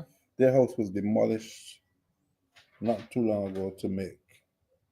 But not to make, because it hasn't been used. There was a shop to the south of that was demolished to make a easy curve to go up the hill to Greenwich and Lancaster, up the same hill. Mm-hmm. I thought that they could have left the beautiful old house in the center and taken a route to the north, one-way street going uphill and one-way street coming down, and that house goes back to the Alines and goes back to the 17th century. Mm-hmm. That house was pushed down sometime in the last 20 years after I wrote this book. Wow. And I could not believe it. I thought that everybody in Barbados would have known about that. And the fact of the family that brought an African boy from England to Barbados as a houseboy. And I wrote about him in the novel called Just Call Me Madam. And that house was torn down. And what's on it now? Vendors who sell to the cricket people on Saturdays. It doesn't make sense. And so for you as a historian, it's almost like a desecration. You're destroying the heritage, and you're squandering the legacy. Because don't forget, the big buildings have history, and the small buildings have history. I'm trying to find the police station. I think you got it here now. There's the police. And so it doesn't matter whether, as people are saying, that have to do with the white people. There's a police station. It doesn't, it's about heritage. Exactly. Yes. There's a police station. Okay, that's a police station from in the 1700s. Yeah. This is the fact here, guys. There. And so all these and people. This is the additions, but this was not torn down. Okay, let me get a good shot of that there. So that's it. And so that is it. Look at the police building right there. Yeah. It's quite a historic building. So that you shooting? Okay. That should get rid of that myth. Yeah. That they made additions in the 90s. Oh, yeah. 1993. 1993. Yeah. You heard it right here from Mr. Morris Greenidge, one of our renowned historians here in Barbados. So all of what is being pushed on social media is incorrect. So what we're seeing here, this building? Yes, sir. We're seeing improvements or changes. The same building, you see the front coming out? But the building has not been changed. The building has not, they changed the windows. Right. Same building. But this is 1993. 1993. Right. And this is in the 1700s. Yeah. This picture was taken around 1960. But this building was Yeah, from that same- time. Yeah. Right. At least 1780, but possibly before, because Before. we're not sure that it was blown down completely. Yeah. Right. Okay. And here Wow. was the old fort. Mm-hmm. This fort was at the back of this station, exactly where, if you drive down to go to Surfside, you'll see two gas pumps below the Yes. post office. That's where that was. Wow. That was torn Wow. down in 1993. Luckily, I got photographs. But you know, I am when you look around Barbados, and really you see a lot of, we're seeing a lot of development, Here's the and Trump cell again. this is it. Okay, right again. Henry Fraser do that for me. Mm. And it was written at the very I want to make sure that they see that. Yes, I see it. Wow. Quite interesting. I thank you so much. But you know, before we close, though, I want to talk about the fact that, you know, we see a lot of this development that is happening in around the island, and people are getting more and more concerned because they believe that the landscape is changing. They feel like the heritage, they're losing their heritage. Some people feel that way, but there are others who say, well, you know what, we need foreign exchange, so we, you know, it's no problem giving up this piece of heritage for foreign exchange. What do you say to that? I would say that I think some of them are more worried about losing the heritage. But consider this: you've got between 1962, when Sunset Crest was conceptualized, and 2005 or so, you've got hundreds of people, including people looking at you and me, who own property in Sunset Crest, who use that property economically, who earn foreign exchange economically. You can put a huge project on the beach where they walk. You've got to give them some assurances that their clients who come every year will have access to that beach. Otherwise, they are going to lose. The hotel will probably make some money. I have no problems with the hotel making money if it goes. But reassure those people that they will still have access to that beach. To the beach, yes. And But in all that, still remember that I saw Atlantic City about 10 years ago, and I was walking through a concrete jungle. I was walking through, I'd say, a gorge of skyscrapers. One of them was Trump Tower, which was closed and shuttered at night. It was a black hole going towards the boardwalk in Atlantic City. And I'm sure that those people were not making any money. None of them, including the fact that the Trump Tower had disgraced the area because nobody wanted to see it. And that was on a direct trajectory towards the boardwalk in Atlantic City. This is 2014. It was 20 years ago, 10 years ago. So you can overdo. You can overdo. And you're concerned, you're generally concerned about overdue, that we might do, there's an overdevelopment. There's a point at which there is no return. And you know that there is a famous gate in Africa called the Gate of No Return. Yes, well, there's yes, a gate in of Ghana. no return in almost everything you do. And if we overbuild, we're gonna have the same problem. Have the same problem. I am worried that in the next few years, the American economy is going to be such that it will either soar and they enjoy it at home, or people will suffer at the bottom, and the people who will come to us will be our people who live in our homes. I got a spare bedroom, so you come and stay with me. I'm not looking for money. I want my family to come home. So you're thinking that the diaspora, they're going to come home and they're not going to have. Hope they will. Yes. But they will not have access to ownership, Mm-hmm. in large part. Some of them who are very well off will probably be able to.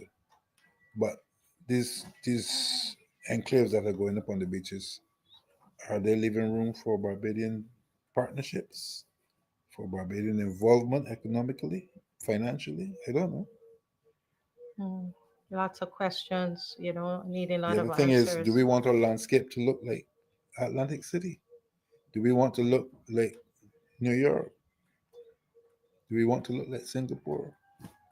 But sir, I saw in the newspaper, one of the developers, they said that when they're finished in Bridgetown, we would look like Dubai on steroids. Is what I read in the news. And I think Bridgetown does need a facelift, and we must agree that it does need a What does Dubai facelift. look like? But what does Dubai look like? Is that what we want for And if Barbados? you put a steroid injection in it, what will it look like? Right. Will we? No, I think you basically want to make sure that the place is clean and that it makes progress. But you can, if you worry, if you want to push heritage tourism, you can't destroy heritage. If you want to push heritage, Mhm. you can't destroy it. You can't have it both ways. So keep it sweet and tell people this is what we are. Have a piece of me cuckoo. What do you call it? What do you call it in Jamaica? You don't eat It's that. always a turn cornmeal. Turn corn. They say fufu in Fufu. other Cook- Ghana and other Cuckoo. places. Cuckoo. Yes. Fungi. Fungi. Yes. So you keep a little piece, and Yeah. you give them a taste when they come, because Yeah. they want to taste that, is what you're saying. And there are a lot of people that come to Barbados that when they go into oysters, they want to taste local. Hmm. I know that from one particular event. They want to taste local. And you Certain people. should know, because you have a tour that you take people through, Yeah. to see the heritage. I used to have a tour. You used to have a tour. I know. I don't walk tours anymore. I do bus tours. Bus or tours, car no. tours. But you used to, I know when you used to take them through Bridgetown. So Mhm. if all of that development Yeah, happens in yeah. Bridgetown, we just have to wonder what will be left of the heritage. Well, what has happened is that Bridgetown has become almost forgotten because a lot of these tourists have taken satellites outside. Somebody's now building in Welch's. Mm-hmm. I can't blame them. But if you keep moving out, you're going to have a problem. Hopefully, the main street is still going. Swan Street, to a lesser extent, but a lot of the businesses that were prominent in the city have gone. So Bridgetown shuts down early. And there must be a revitalization plan for Bridgetown. Bridgetown is a beautiful place. Mm-hmm. It is so different. A serpentine, I call it the snake. And those streets go back to 1657, 1660, 1670, the last street naming process. Whole town is the same. It's a small spot. It's even older than Bridgetown. Keep it, man, the way it is. Mm-hmm. Find a way to. I love how you say Find the keep way to that beautify sweetness. it. Yeah. Keep that sweetness. But as we're closing, and if we could go back to Whole Town, I've been told, and again, we are just going off what we understand because we don't have enough information, is that there is a plan to put a 9-story hotel there. And I live close to Sam Lord's Castle, and that hotel is there. And we were counting the stories. It's so high and big and mighty in St. Philip, and it's about 6, that's about 6 stories there, if I counted well. And I can't imagine that on that, they would put a 9-story there. So what about, what? I don't know, but there's some people who they don't mind that. They said once they leave a little space for them to go to the beach. What do you say to those people who say put up the 9-story because we need the foreign exchange and we just need a little space to walk to go to the beach? I worry about it because what happens when the project gets like some of the other projects that are not open for months and months and in the dark at night? Just think about it. I'm not being pessimistic. I would hope that anything that happens is going to be a success. But I know that if you alter the landscape, if you alter the physical assets that you have to that extent, there are people who will not come again. You know, who say, well, I can go to New York. You've lost your insularity. You've lost your beauty. I could go anywhere and see a skyscraper. Do we need it? And Sam Lords is a different story because that's always been. And I mean, I was so unhappy when they lost their major, the asset that was burned. But that's a little island by itself, virtually. So that does not impact as would a small space like Holton where you have to walk. Where you have to walk, yeah, that is. And I still worry about those 100+ local investors in Sunset Crest who have to, what you say in Jamaica, turn and come again. Wheel and come Wheel again. and come again. Yes, because yes, this is all about foreign investors. But I as we're going to look again at this picture on the back of your book here. It's not this book. It is just he has so many books, really. Yeah. But this one in particular. Do you know? I don't know if you saw, but I saw that and I stand corrected. But there are some plans that this is for sale as well. The East Coast. That they're planning to sell parts of the East Coast. I saw that in a brochure, and this was the first place that those sailors saw. So I wonder what it will. I thought I heard that the East Coast was a national park, okay. and that development on that area was restricted. I thought I heard that. Right. Okay. So these are questions that might be false information. That might be. It just might be. We hope that it is, and that it is, because it's one of the most beautiful parts of Barbados. So we're hoping that our East Coast would remain intact, and that that piece of history. The first place, I learned that today. I learned something from Lots you today. of people don't know it. Yeah, that is the first place that the settlers saw was right there on the right. East Coast, and we're hoping that it's not for sale. Nope. What's the final thing that you want to say to Barbadians? If you had to sit down and say you sit down on a tree as an elder, right? Imagine with me, you're an elder under a tree. I'm too young to be an elder. Well, that's why I said to imagine. You say always young, but we want you to imagine you're an elder, right? And you're sitting under the baobab tree, and you are talking. Silk cotton. Okay. And you are speaking to Barbadians about this, the dangers of overdevelopment, and you're speaking to them about changing of the landscape, about heritage, about land. What would you say to them, Mr. Morris? I'd say that development is important, but it has its limits. Like everything else, you can have too much of anything.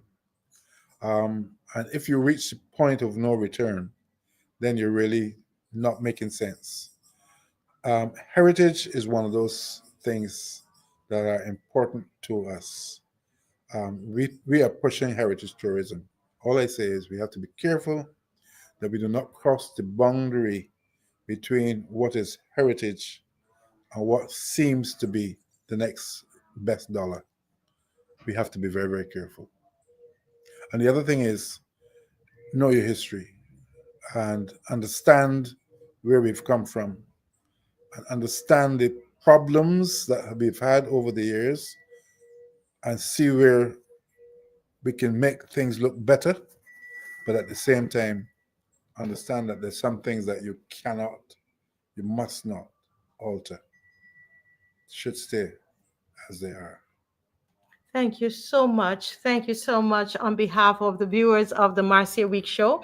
And we want to just thank Mr. Morris Greenidge for giving us a little taste of the history of Holetown. Listen, you've got to read this book if you want to get the full history of Holetown. And I believe you can get this at the different bookstores. Should be.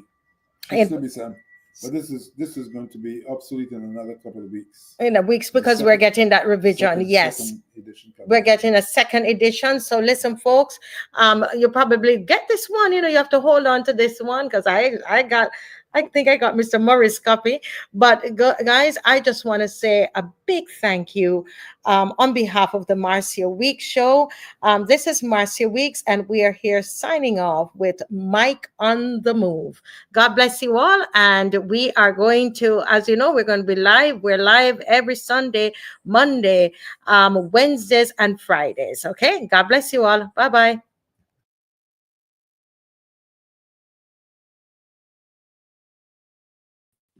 Good night again, everybody. I was so caught up in that interview and in that history. I tell you, listen, I am one of those that have been transplanted here, naturalized citizen who have, I just fell in love with the place. And I almost had tears in my eyes listening to this 84-year-old man who's so concerned. We spent about another hour talking after the camera was off. And he is truly concerned. This is not something that is made up, and it's not politically motivated. It's not partisan. That was the first thing he told me. I'm not about politics. I am about my country. I've served every government. He's 84, so he would have served, some of everybody. But he's genuinely concerned, and I'm hoping that the powers that be would listen to this interview, because he says, you know what? They don't even listen to him. They don't even involve him, really. They don't answer. Don't even answer his calls. But here he is, so full of history.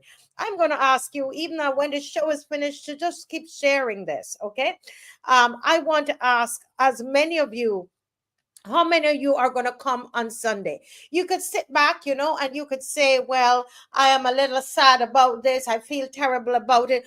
How many of you are going to be there on Sunday, 3:00, right there on Holetown Beach, beside the restaurant that is there? And why do I keep forgetting this restaurant? Once they puts it up, I remember. But it's going to be right there beside Surfside restaurant, and it's 3:00. Listen, folks, it's one thing to get all up in your feelings about it, but you need bodies. If I should tell you the fight, and I didn't say it, but guys, the fight that it has been to get a permit to go on the beach. Did you all know that? My husband is a witness. All of today, I've been stuck on this phone, except for the 1 hour that I interviewed Mr. Greenidge, trying to get a permit. And I didn't start today. Everybody knows I always try to follow the law. I read the Public Order Act. I want to thank Mr. Attorney Stephen Lashley, who gave me some advice today. We almost did not get that permit. But you see how quickly outsiders, foreigners, developers could get permits to build on these spaces, or sacred spaces. Last week we were at Joe's River, and guess what? A car was put in the way, and I'm going to get this and show you. A car was put in the way, and I literally had to put stuff on my head, sound equipment and all that, with my husband and another lady and another man had to bring up the whole set of breadfruit on his back, because that they refuse to give us any entrance. They use the car to block block the driveway, to block the road, not the driveway, the road. I reported it to the police. I didn't hear anything about that from the police. I told them when they came. But guess what? We almost did not get a permit today. I got the permit minutes to 7 before I came on the show. And I've been battling all morning. After telling them about it from last week, and the law says it's only 2 days you need. This is a kind of fight that we have to fight to do a discussion on the beach. We've had 17 marches last year. Nothing was violent. But I want to stay on here, and I see Miss McLean waiting to come on, and she, you know, she's like my fairy godmother, and she probably going to chide me after this. But let me tell you something. I'm going to be honest and real and about this here, because this is one time. This is one time, I'm telling you, that you tell me don't go, I'm going to go. Thank God we have the permit. Thank God we have the permit. Once I know I've done everything that the law requires, there's no stopping me. And I'm telling you, for all those of you who watch this, I'm a law-abiding citizen. Once I am abiding by the law, and I'm standing on a cause. Thank God for Lumumba, who went for me minutes to 7 so that I would have the peace of mind before I had to leave there so I could come for the show. Thank for the police there in the Northern Division. I don't want to call any names, who did all that they could do so we could have the permit today. I'm hoping that when we're ready for Gibbs Gully, we do not have this situation. We are not criminals. We are law-abiding citizens. And I tell you, as long as the loyal opposition is involved, we're not going to do anything that's against the law. But once we have followed the law, I am sad to say, and I tell you, others of you might not agree with me. I'm speaking on my behalf. Once I follow the law, I'm doing it. We are tired. We are tired of other people coming in, foreign investors, and they can do anything. The planning and development under Mia Motley gives them permission to do everything. Okay? You can have an Australian man right there in Jones River telling off Mr. Lewis. They put up bricks and they put up tapes, and we can't go here and we can't go there, and we want to go and have a discussion on the sand near the sea. And I'm wasted time today on that. Making a case. Thankful to all of those in the Northern Division.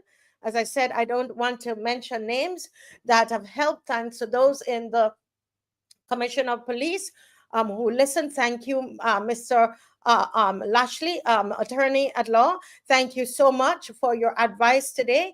And for those of you who knew and were praying for us, thank you very much. But I tell you, we are not going to back down. Every inch, not 1 inch are we giving up. Not 1 inch. And we will, as long as we're doing this, the loyal opposition, we've always followed the law. Never had any violence. We went up to Jones River, and the tape is still there. Let me tell you, in some countries, I know what would have happened. But as a law-abiding citizens, we announced that at the beginning. Nobody touched the tape. Nobody touched the wall, because we abide by the laws.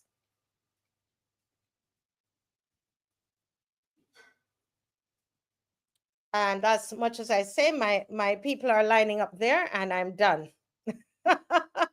Let me welcome Zika John, and let me welcome Maxine McLean.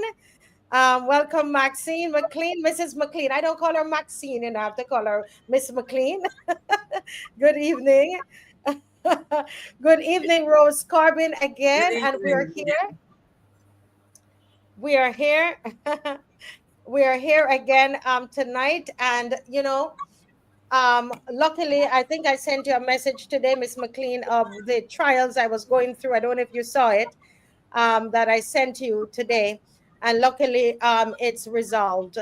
And well, good to hear, because sometimes I wonder if people are awaiting instructions from on high, but you press on. That makes sense to you? Make a lot of sense to me. Make a lot of sense to me. But there's coming a time in here, once I follow the law, you better put on them silver bangles, because I am not backing down. I am not. I think there comes a time we have to stand up for what is right. And listen, we must decide that we're not going to live on a dictatorship. And I get get riled up, so I'm calming down, Miss McLean. See, I am calming down, very demure. Right, Zico? Very mindful. Very mindful. So I'm coming down, Rose. I'm coming down. But listen, this is a time, folks, for you to call in. And while they are getting ready to call in, I don't know if there's anything that either of you want to say. You can just think about that while Dave plays some of what we saw today. So tonight, we wanted to call in. We wanted to talk about the issue that happened in Parliament that Mrs. Corbin brought to our attention. We wanted to speak about that, the principles that she spoke on of conduct in the Parliament. Miss McLean is here and will also be able to shed some light on that, because she has been in government for many, many years. Zico John is here because we saw our young people today, guys, who were it's alleged that they stole a whole van and was trying to steal a big old bike that bigger than them. You understand? And had a big weapon that looked like it taller than them. And so we need to be able to have this discussion. And that's why Zico is on, to be able to answer some of your questions, hopefully. And we want to look at accountability for the Barbados. It's called, let me get the right name for it, the Barbados Alliance to End Homelessness.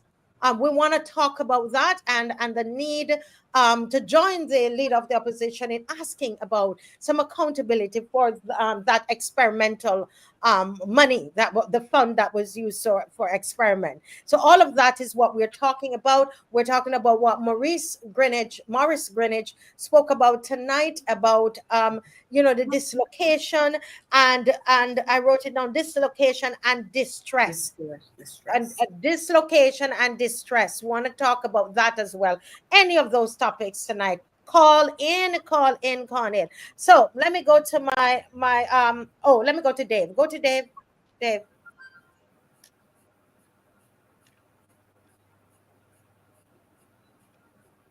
So what we're looking at, there's no video, but these are supposed to be two young children. We don't know if they own that bike, or it is that they're trying to take the bike. It's alleged that they're trying to take the bike. I don't know if it belonged to them, but they don't seem to have the keys for it, because they're trying to push it. And people are moving along, because they could never believe that what is he doing? Trying to take it. It seems to me they're trying to take it. What does it look like to you, Zico? Yeah, they're definitely trying to take the bike. They're trying to take the bike. Dave, let's see the other video. We're going to come back to this, because this is a very serious situation here. Go back. Dave, let's show another one. Somebody saying it looks staged. Skylar says that the whole thing look No, I don't think, not when you see the other video. Okay, so let's put it, Skylar, with the other videos and see what you see. Go ahead, Dave. For school, they're going over to the traffic lights. They have like towels on their head to make them not look young. Thing is, I think he recognized. Yes. Whoa, they're flying. Oh, Lord, help me. I said I'm just gonna follow them. I'm not sure where they're going, but I'll just follow them for now. Sabrina's doing a video. They just now made a left. They just made a left, and they're going down by Barbados Lumber. But they're obviously see I'm following now and trying to drive fast. And now they're turning back out to. Let me send Sean my own.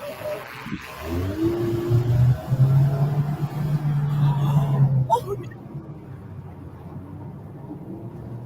Send him your location, Mom. I'm trying to, Sabrina, but I don't want to have an accident.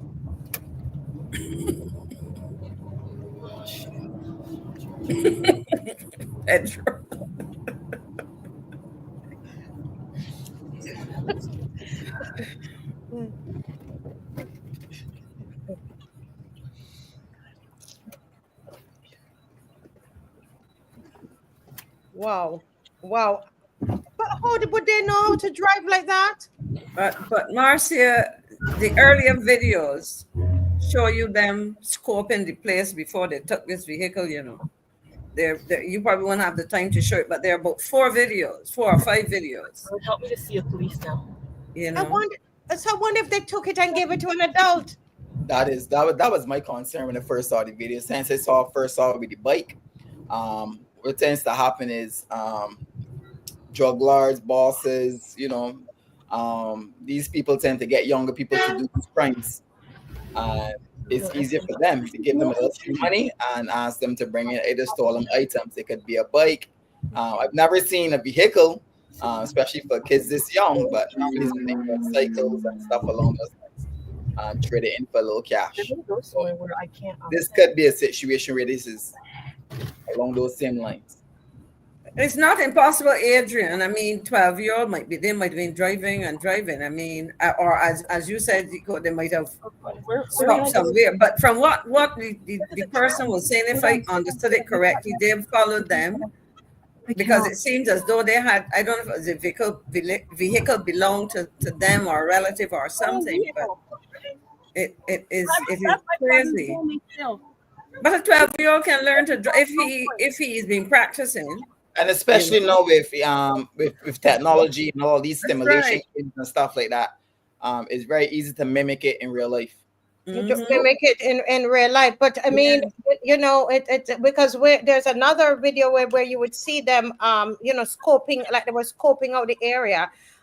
You know, Dave, there's one that we tried to, we cover their faces. If you can because they were staring straight into the camera.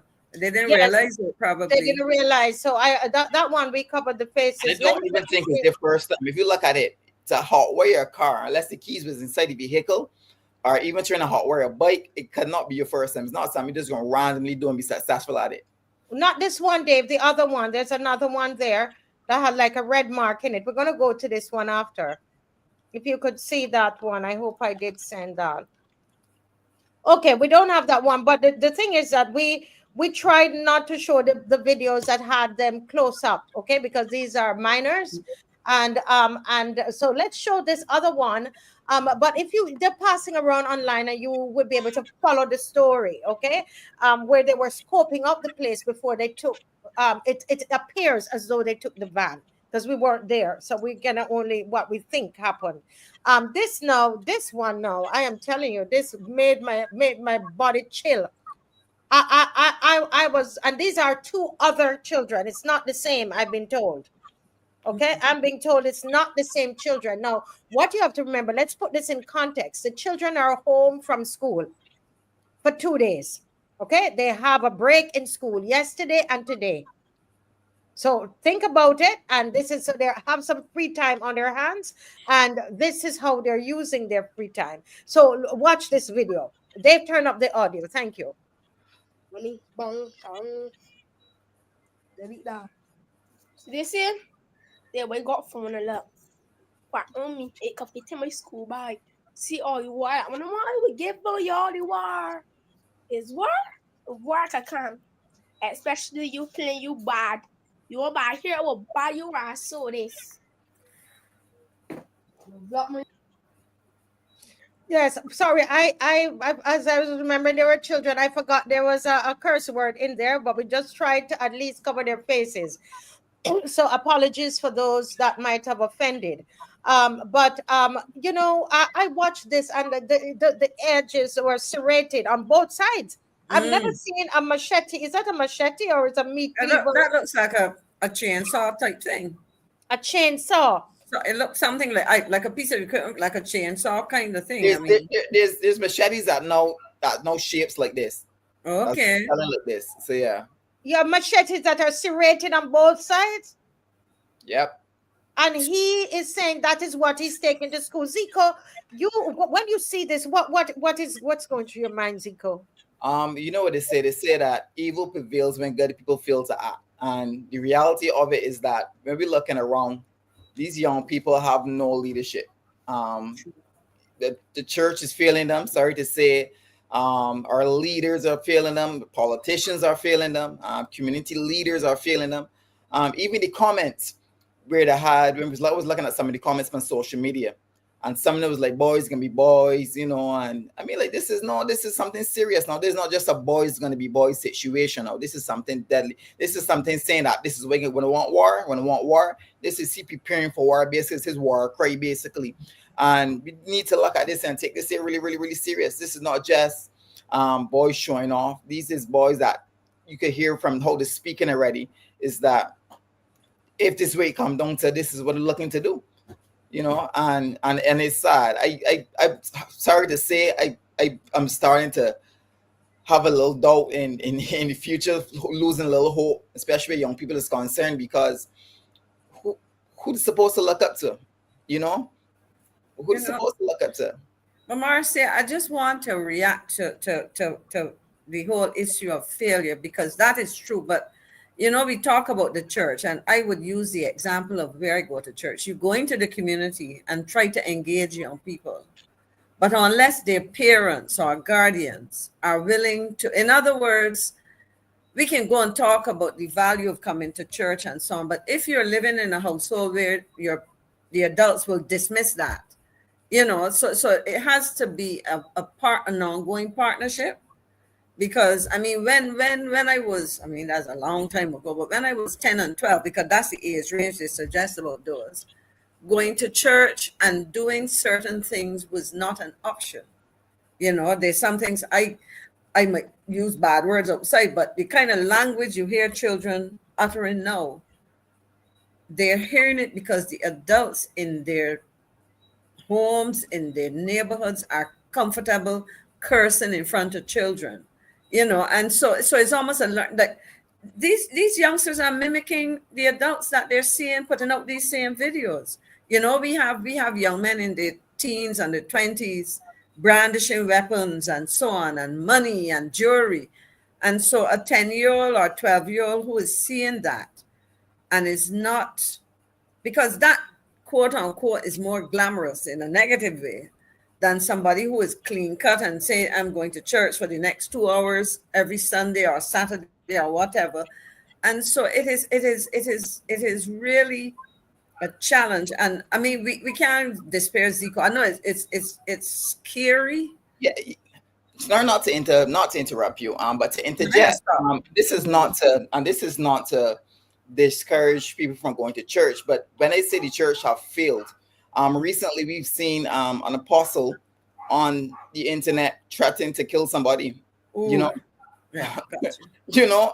So when you see young people looking, as they say, looking for leaders or looking at the people, and you seeing these things all around, whether it's politicians, whether it's pastors and preachers, teachers, community leaders, continue to fail. And yes, someone said earlier is the parents, but the reality of it is these children exist outside of the home as well. And you can be influenced also by your environment, where you go, the things you hear, the music, going to school, your friends. So much different. It's so much different things influencing these young people today. So it's not even down just to the parents, because you could be a wonderful mother, wonderful father, but you could only do so much. What I would say is to teach children how to think for themselves. Teach them how to be critical thinkers, how to operate within this world. I think parenting needs to be done much differently, because you can't shield them with social media, phones, and stuff like that. You cannot shield them from the harshness realities of this world. That's the reality of it. You know, they say it takes a village to raise a child, but it also takes a village to destroy the fabric of a child. And we're seeing that within Barbados today. And I'm really losing hope, because when looking around, like, who these children have to look up to? Like, really? Yeah. It's a good question that you're asking. And you know, Rose, I know you are here to talk. You are dealing with a different matter tonight, but I would love to draw you in the conversation. I don't know. Listen, you love to hear us. What is it? You all love to hear us. You don't want to call in? Call in, man. This is your time. This is your time. We're here for you. And the time is going to be up soon. It's 9:23 and not one call yet. Come on, man. All right. Go ahead, Rose. You saw these videos, and I saw like you were holding your head. What's going through your mind, Rose?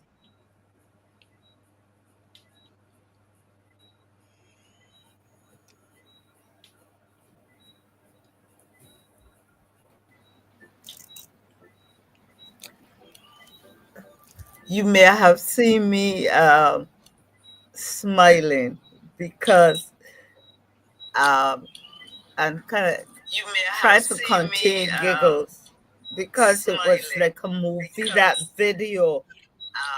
And I would say, oh, that's comedy.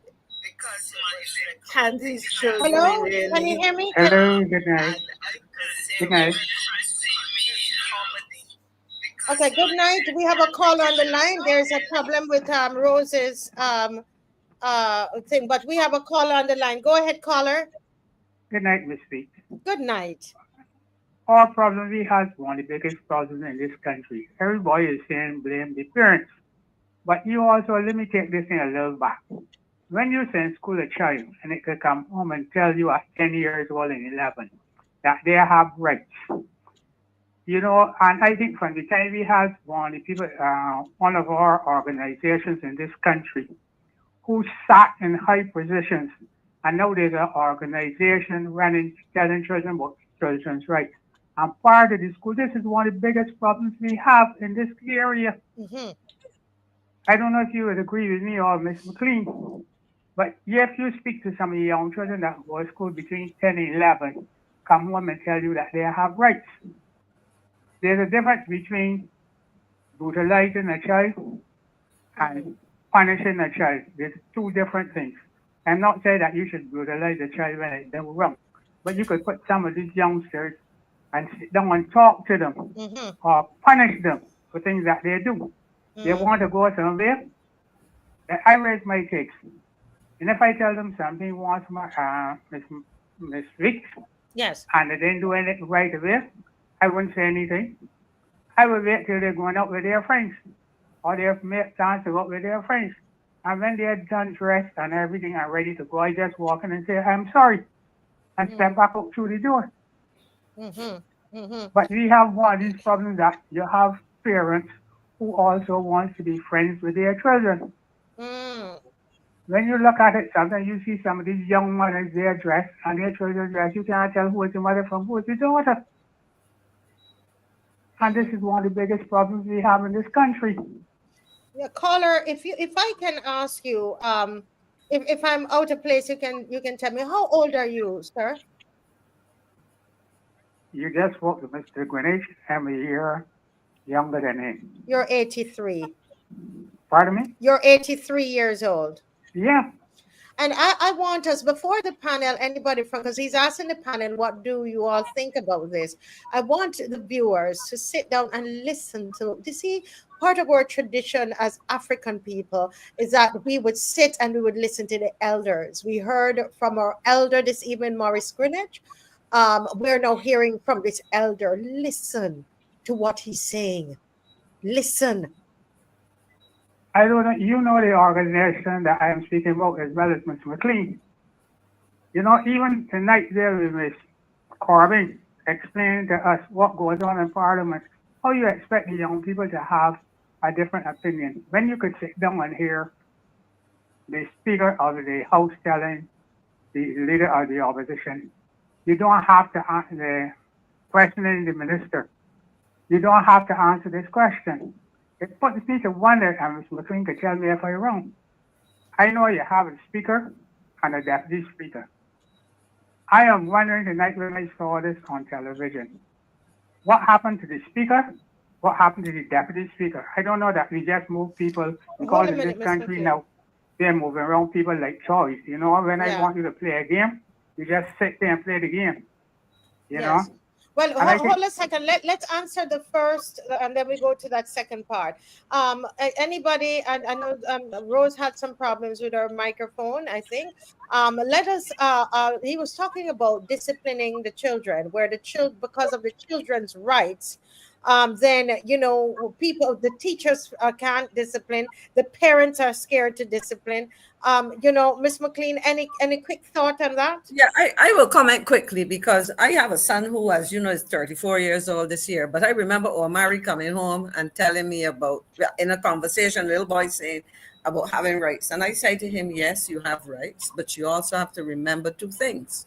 With rights come responsibility. And when you want to speak to me as an adult, as your mother, or to your to your father or any adult, how you speak to us is also very important. So in essence, I'm not going to tell him, no, you don't have any. But I had to explain to him as a child what that meant within the context of him being a child, relating not only to parents who are adults, but to other adults and to other people. So I think part of it is about how we communicate with children, because children sometimes take things literally. So a teacher talks about children's rights and they come home and there's an absolute, position. And that's where we use it to be another teaching moment. Yes. And again, I'm going to ask us on here, because we're trying to solve this problem and listen to the elders. He's 83 years old. Can we listen, please, and stop having a retort? That's part of the problem. We don't have any respect for the seniors in this country. We don't have any respect for our elders. Yes. So you had asked another question. I wanted, just hang on, sir. Let me hear Zico quickly. Just a quick comment on that, just real quick, so we could get back to the caller. Yeah, I definitely do agree. There's a problem with discipline, and I think in how we discipline. I think there could be different forms of discipline. And me as a young man, when it comes to me interacting with the young people today, I can't come to them and talk to them handsy-pansy, be very real and be very direct. And especially with these young people, because they don't understand the harsh realities, and you got to bring to them harsh and bring to them real. And I think sometimes we pretend that we talking to children back in the day that was very naive and oblivious to what is it really going on. We just need to be more honest. And I don't think we're being honest with young people today. So that's why they have no respect, because they don't see us as honest, transparent individuals anymore. So we need to, but you as a young man, you believe that discipline is important? Very important. Very important. Back to the caller. Caller? Hello. Yes, Ms. Reed. Yes, sir. I still would say, yes, I agree with you, because as I always say to people, there's a difference between chastising a child and brutalizing a child. There are two different things. Okay? Yes. No. My other point is, and I said and say this, our crime rate is high. Because one of the people, because I don't think you all got the gist of what I was saying just now, but I don't want to mislead this country, but someone that sit down in a high position in the judicial system is now head of an international organization. And I think this is where our problem comes from. You tell these children about rights. Yes, children have rights. You can sit down and listen to them, guide them where they should go. A child would be home at you, is very respectful, and so on. But when they get out there with its friends, there's a difference out there. Would you agree or not? Yes, we definitely agree. Everybody's saying yes. Well, caller, I just want to thank you so much. And you know what I would love to do one of these days? I would just love to have these seniors all in one room and let's talk about this crime situation and let's sit at the feet of the elders. Yeah. You know, I would love to have that, Miss McLean. And Miss McLean is not no elder, but Just before you go. Yes, sir. Just before you go, Miss McLean is there, and she sat in Parliament. And I want to know, as we decide to change around the rules of Parliament, because my estimation now in the debates, I am seeing that you're using the civil servants to answer questions. Party go, party comes. In all my years I've been living, it's only the last couple of years I have seen civil servants sitting down in Parliament answering questions from a minister. I could be wrong, but I think the minister should be there answering the questions and give us the answers. The parliamentarians have parliamentary immunity. But if the civil servant says something that is out of order, what happens? There doesn't have any parliamentary immunity. Okay. That's Ms. McLean, if I'm wrong. Ms. McLean? Yeah, in relation to the immunity, I was corrected by an officer of Parliament who said that for those persons who speak in the well apartment, they are given immunity, but generally that is not the case. Notwithstanding that, though, Marcia, very quickly, I would say that the public servant does not make policy. and he or she should advise a minister, and that is why the traditional arrangement was that the minister would speak to and provide any answers. He or she is briefed by public officers, and typically in a situation like estimates or the budget, public officers are there present but not speaking to provide additional information.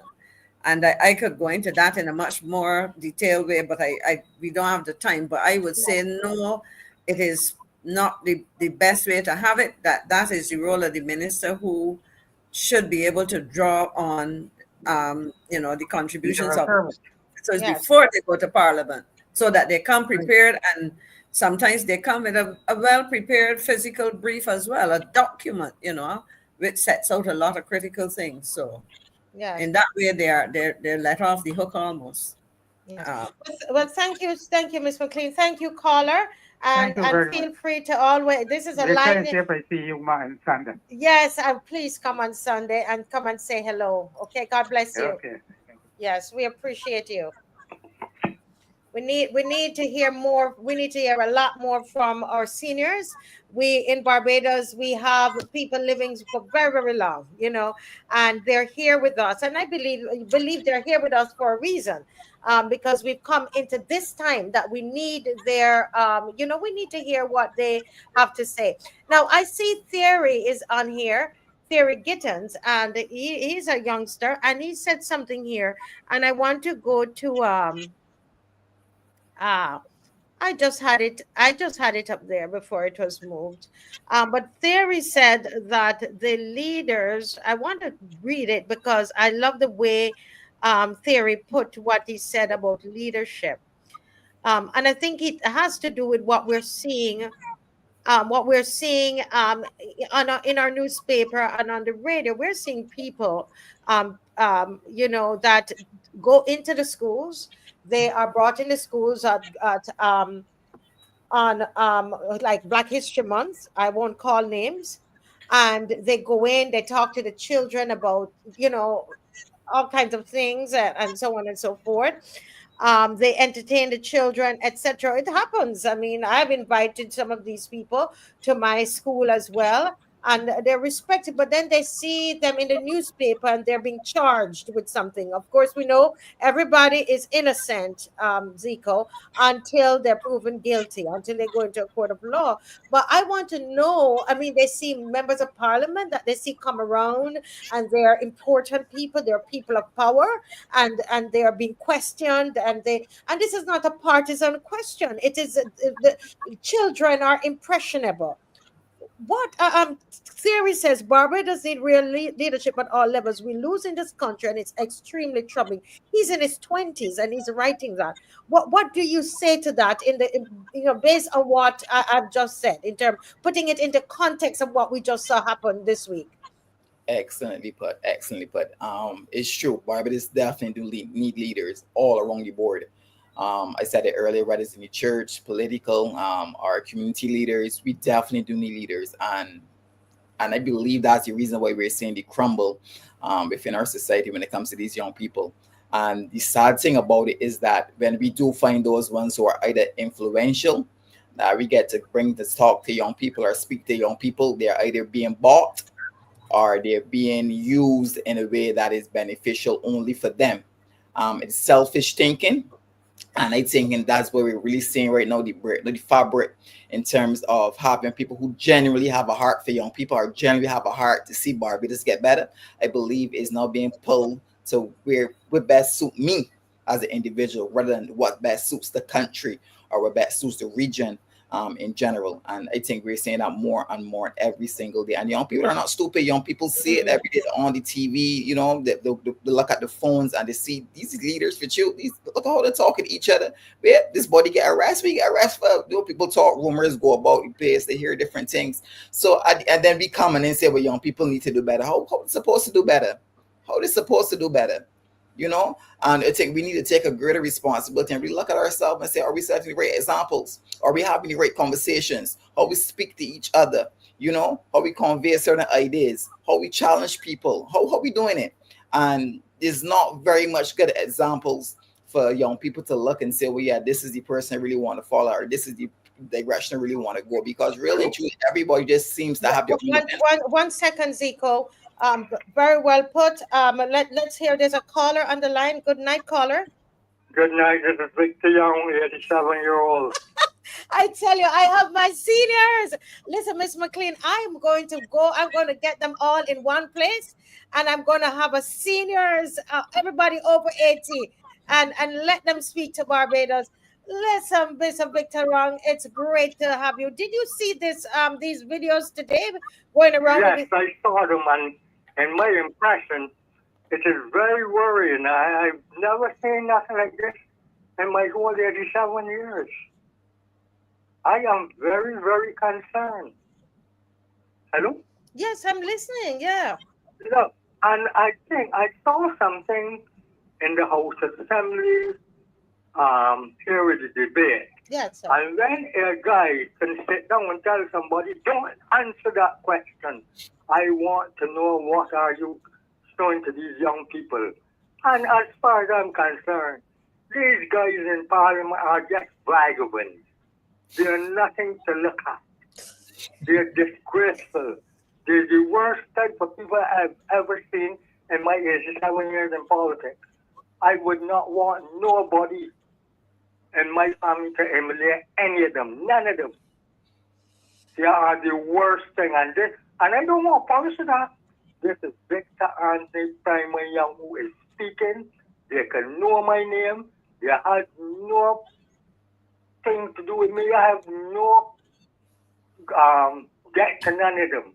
They're the most disgraceful type of people I've ever seen in politics in my 87 years, and I've seen a lot in politics. Their behavior is something that somebody would want to maul themselves off. No way.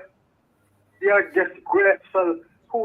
And as far as I'm concerned, they believe that they own the place. Don't answer that question.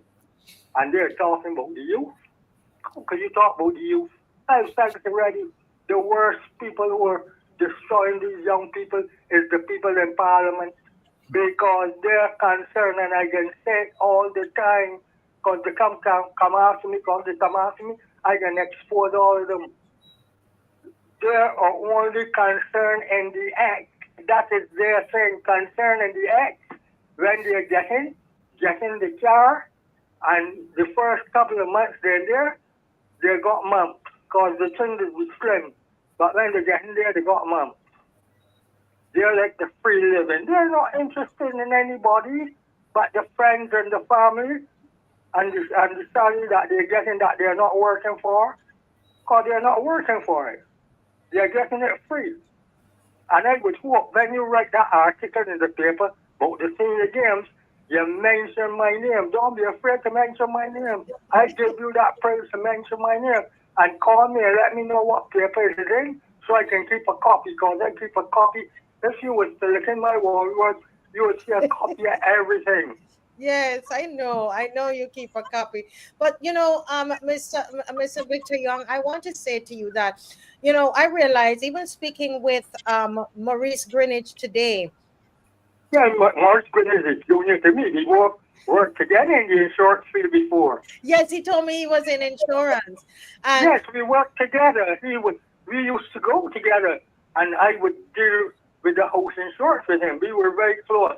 But then after, I don't know, because then these guys sometimes get a position because he worked with the tourist board, sometimes, so I didn't see him that often. But no, I only brought up his name to say that I love the way you guys just speak it as it is, and you hear the love from Barbados that is coming from both of you as you speak, and I really love that, because somebody who, I wasn't born here, but I came here 26 years ago, and I fell in love with the place, and but because you wasn't born here, that does not mean that you're not a Caribbean person. You're from Jamaica.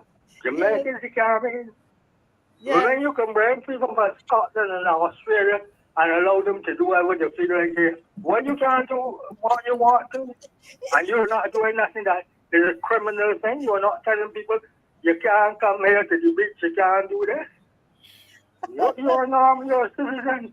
Yes, I am. I am a citizen. Well, you know. So don't keep on talking about you from Jamaica.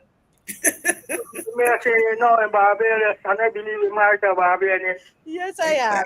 Yes, I am. And I'm a So don't citizen. tell me that kind of thing. I tell you all, stop. We don't want to polish up anything. I'm not here about polishing up. I'm here about dealing with the real fact. Yes. Why when I speak, you don't hear nobody come and try to criticize me? Because if they ever can, I'm going to expose them. Yes. Because I'm not a political prostitute. Yes. Oh, no, not at all. I'm not a PP. And you will never find me being a PP.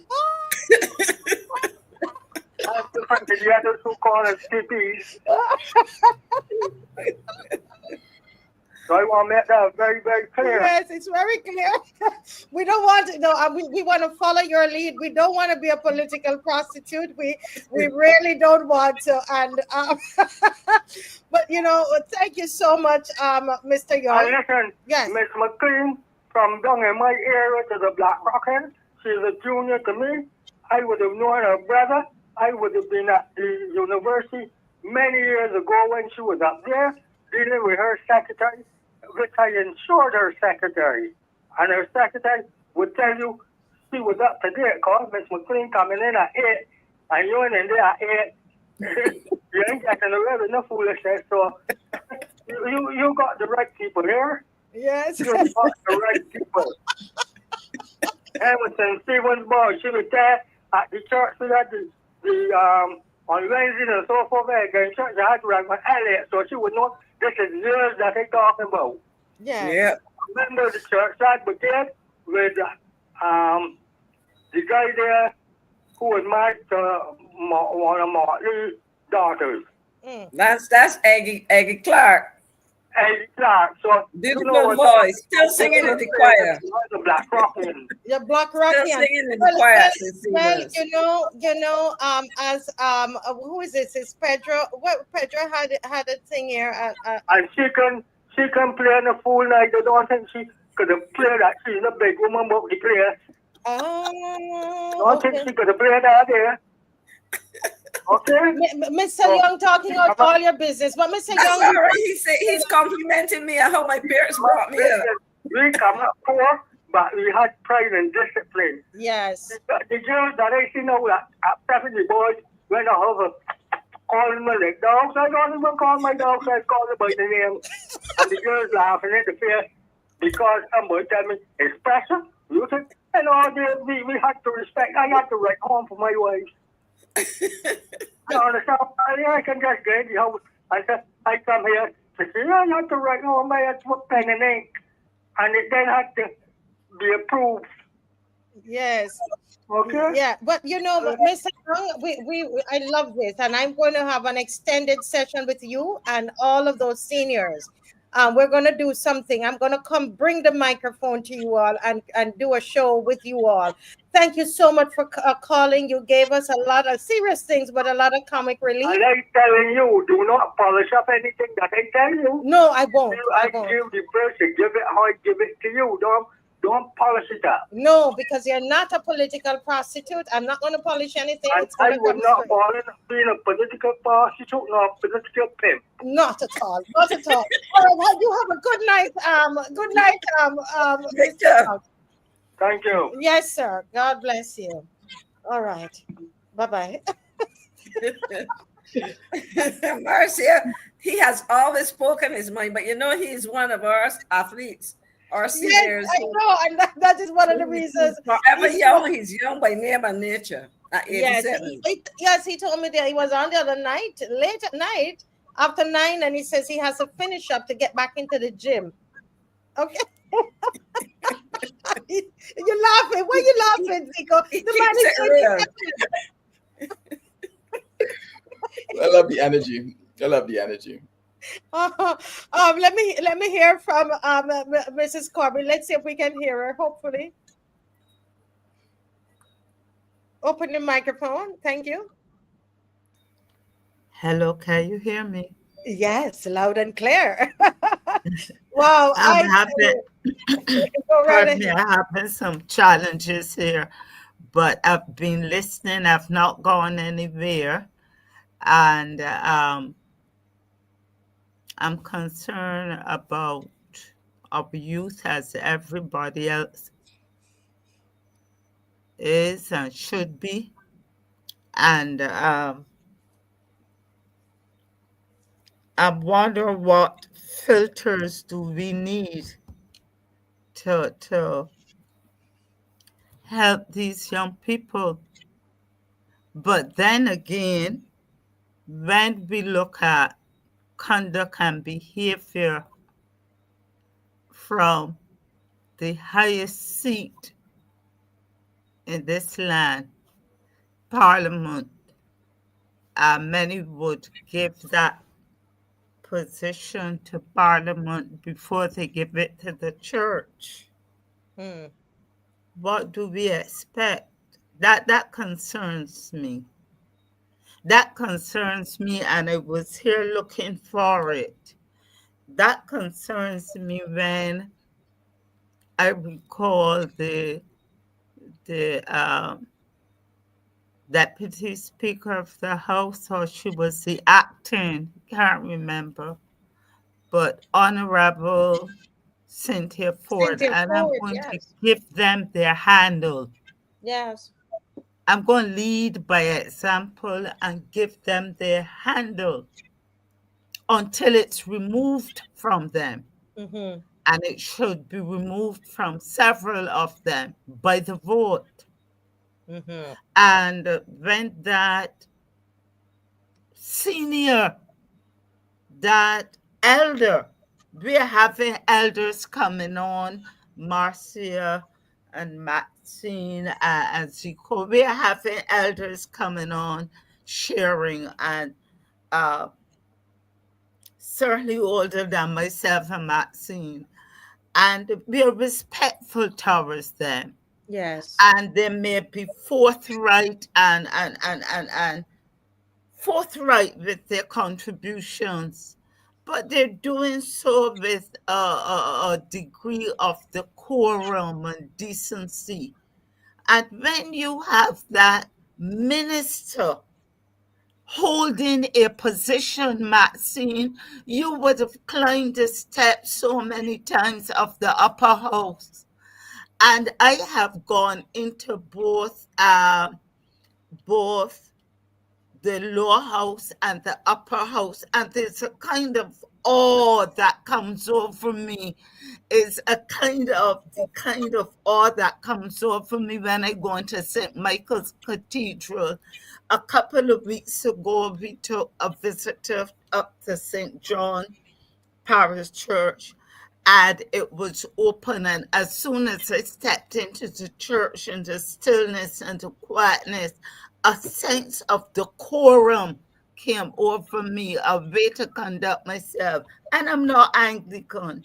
And so I'm getting back to the House of Parliament. When you can have a senior, an elder now, I'm not talking about the fly-by-night ones who on a very dark night in other times you will not even consider them, far less vote for them to represent you. And there, this elder is in the seat of the chair and is talking about she will curse you. Mm-hmm. I am tired now. I used to be glued to Rediffusion, listening to the debates, listening to the back and forth. Couldn't wait. My uncle used to buy the Advocate and the Nation and would make me sit down and read, and we would discuss. And now the House of Parliament has been reduced to such fracas and such it bothers me. Where are we going, Maxine? Where, I'm putting you on the spot, where are we going in terms of democracy, and where are we going in terms of is there hope for Parliament?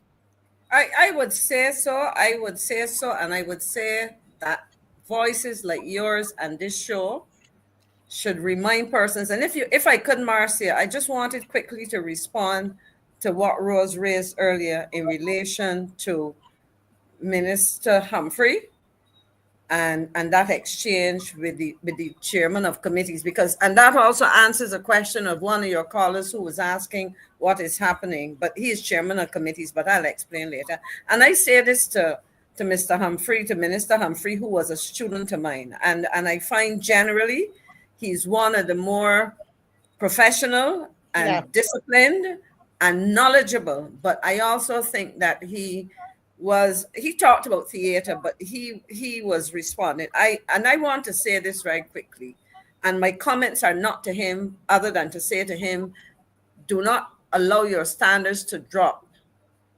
and reflect those of others. But to Mr. Peter Phillips, who would be chairman of committees and who ruled about and informed or advised Minister Humphrey not to answer. Very quickly, the question that was put has to do with getting answers for the public. This government came to the electorate and said, we are going to be transparent, we're going to be the exemplars of good governance and all of these things. But here you have monies being given to entities. And in fact, when you look at the entities are more individuals than entities with sound administrative and regulatory and other structures. And so a question about funds given as a grant and then asking about, a grant given to an entity for the homeless and seeing the person who personifies that or who is the face of that distributing hampers to homes was the prelude to what I saw the leader of the opposition asking, please tell us whether or not government, as it provides grant funding, is also requiring the entities or the individuals receiving those monies. Are you requiring of them a level of accountability and transparency? And the truth is that if you look, there's a standard typical of philanthropists, of government and public or other entities giving money. Usually there's a request for the provision of report. There's a request for reporting, detailing, the financials and all of these things. Ms. McLean, I hate to pause you there. And I saw you at your phone.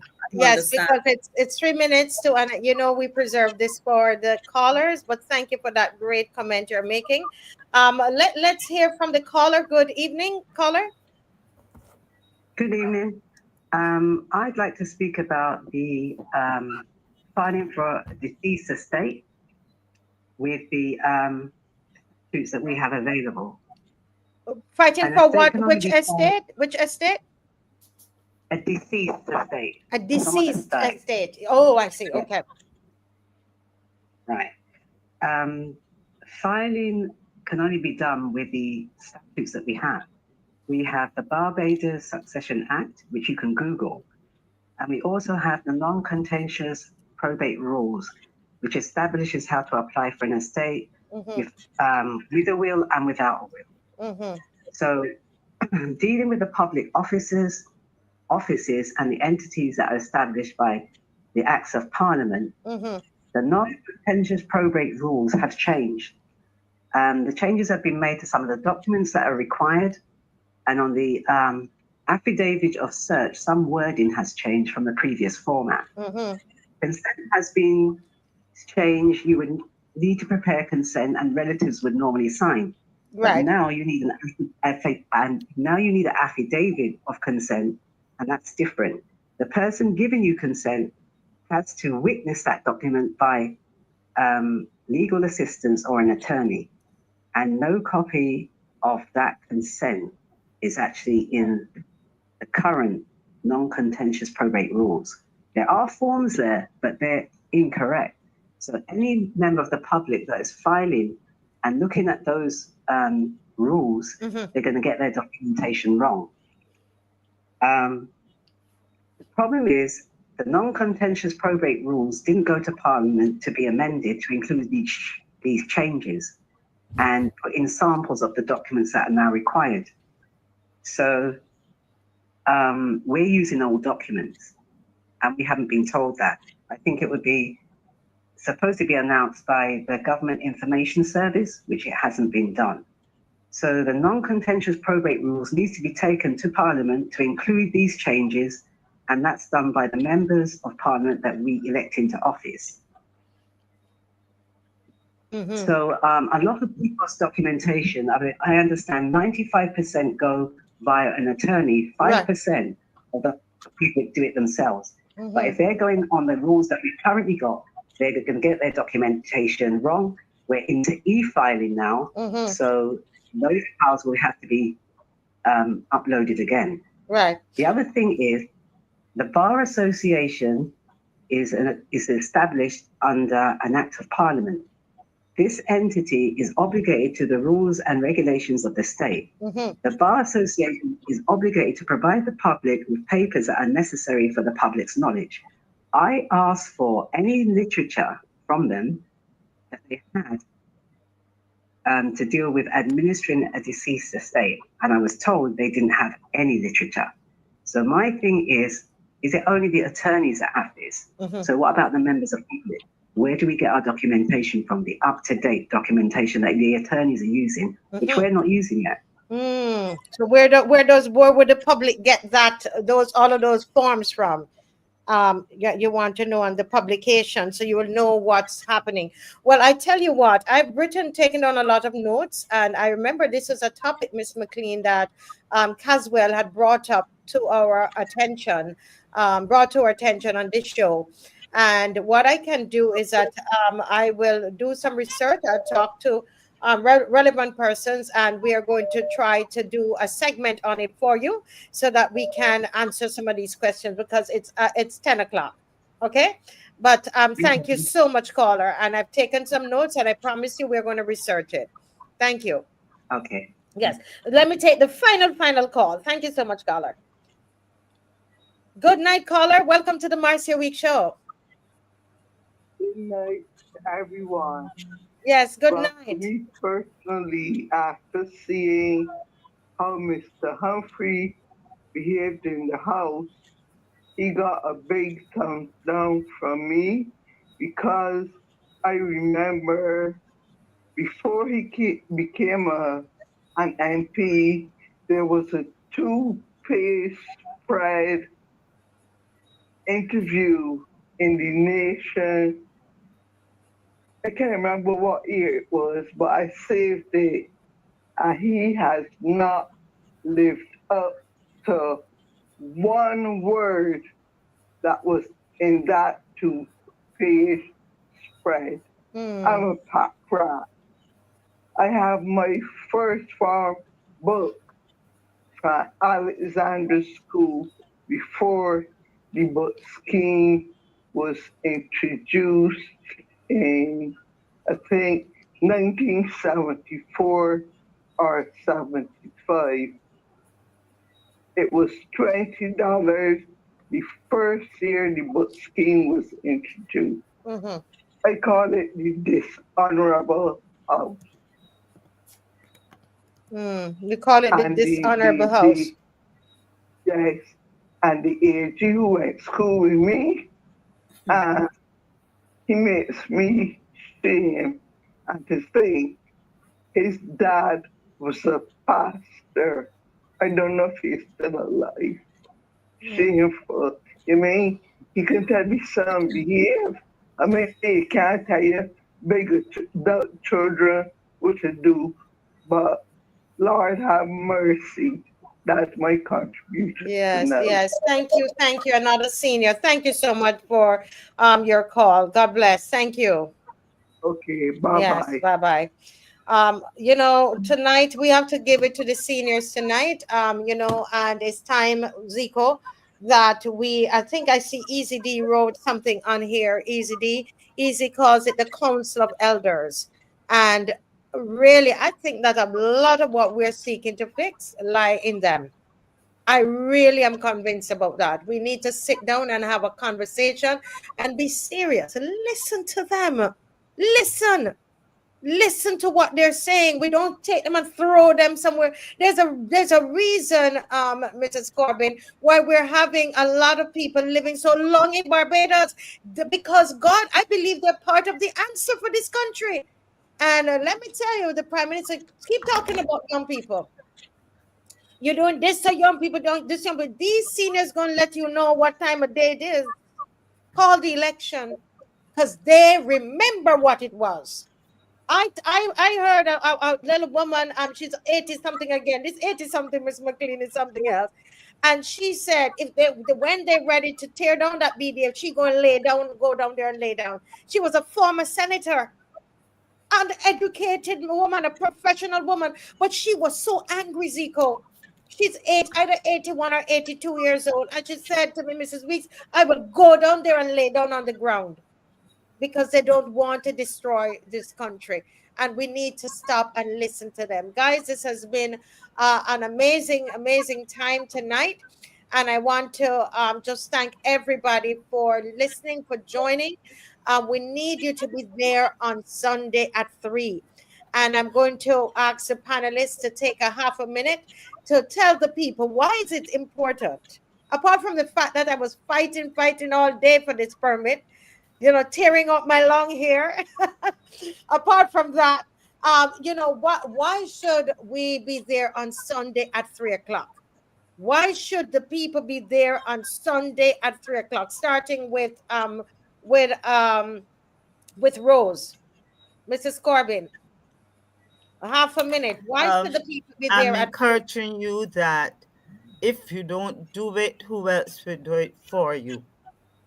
And we are losing that emotional, psychological attachment to what is ours called Barbados. And we must recapture as much of those losses before there's nothing left. So this is more than meets the eye. So come out and support and show that we're serious about retaining what is being taken from us, the land. Yes. The land. Very, very well put. Miss McLean, why should they come out on Sunday? I think it is critical that we remind the powers that be that we have to retain what is essentially Barbadian, and it is absolutely necessary. Everything cannot be deduced or reduced to dollars and cents. We have a history we need to preserve. And while I'm on, I just want to say it for those who know the importance of the work of Professor Pedro Welch. I heard a couple hours ago that we would have lost Professor Welch today. What? And I say no. in his name, and I take my last words to offer deepest condolences to his sisters, his brother, his wife, family, and to the university community. Professor Welch was somebody who would have stood tall in terms of helping us to understand our history. And it is a deep loss. I know the family is still grieving the loss of their mom, Dame Maisie Barker Welch. And so to the Welch and Barker families, I offer my deepest condolences, and to my university community, friends in the university community, and to the Democratic Labour Party. He was also very good to us in terms of sharing his knowledge, etc. And so I think that this is a reflection of, when we talk about what you're doing, we're doing this on the backs of the work of people like him. Yes, and we need to honor people like that. I was so happy to watch your interview with Morris this evening, and I hope you will capture that not only in conversation, but in a much more permanent way going forward. Yes. Oh my goodness. So we have Watson is gone, a historian. And this is, in the name of Mr. Watson, in the name of Mr. Marshall, in the name of Mr. Welch, because Dave was saying he would be a next one that I needed to speak to. Only I'm sure that Dave, isn't that the one you were telling me about? Yeah, that's him that you were telling me about, that he was saying that's another historian that we need to have a conversation. And we also have a lot of footage from Mr. Welch that we've interviewed him actually. So folks, I mean, we've got to come out. These are historians that would be, bellowing and trumpeting this whole thing about heritage. So in the name of these people, let's get out on Sunday, guys. This is so important. The final word to the youngest person on our panel tonight, Mr. Zika John. Why should people come out? Actually, should young people come out to something like this on Sunday? And why? Yes, definitely. The same way how I started by saying that evil prevails when good people fail to act. I encourage young people to come out and fight for your Barbados, because if you don't fight, who gonna fight? The future is yours. And we need to remember why Barbados is unique. We need to preserve it. It's important to mobilize, but it's also important to execute as well. We could talk, we can have these conversations, but it's time for us to really make our voices be heard and our actions be known. So I encourage every single person, every young person, every person listening that loves their country, come out and be active. Yes. Folks, thank you all so very much. And I will see you on Sunday. And I know I had 2 more questions to ask. I had the questions here, but the way the show was running, I just kind of ran with it. But, we will have a show, God willing, again and on Monday. And so when we do the show, then we are going to be able to ask those questions. All right. So I will ask them again, but I didn't get to do it tonight. All right. God bless you all, and a great show, great show. And I'm happy we got the permit. Thank you, Northern Division. Thank you, those in the Commission of Police, and thank you, Attorney Stephen Lashley. I was going to say the wrong Lashley. Stephen Lashley. Thank you so much. Don't laugh, Zico. Good night, you all. Good night. The government says they want to change up the constitution. It's getting obsolete and it is bringing up the bar. They pick a set of people to sit down for a commission, gathering submissions from citizens near and far. I'm really glad for the opportunity this is giving. I have a burning issue on my mind. This political party system we inherited long ago is inherently divisive. I feel it must go. Oh yes. So when you're here, people opposing just for the sake of opposing, it takes time to change the system. When allegiance to a party is greater than allegiance to God, it takes time to change the system. When political tribalism is destroying the body system, for many now, the end justifies the means. When you hear grown people arguing that 2 wrongs make a right, it is time to change the whole damn system.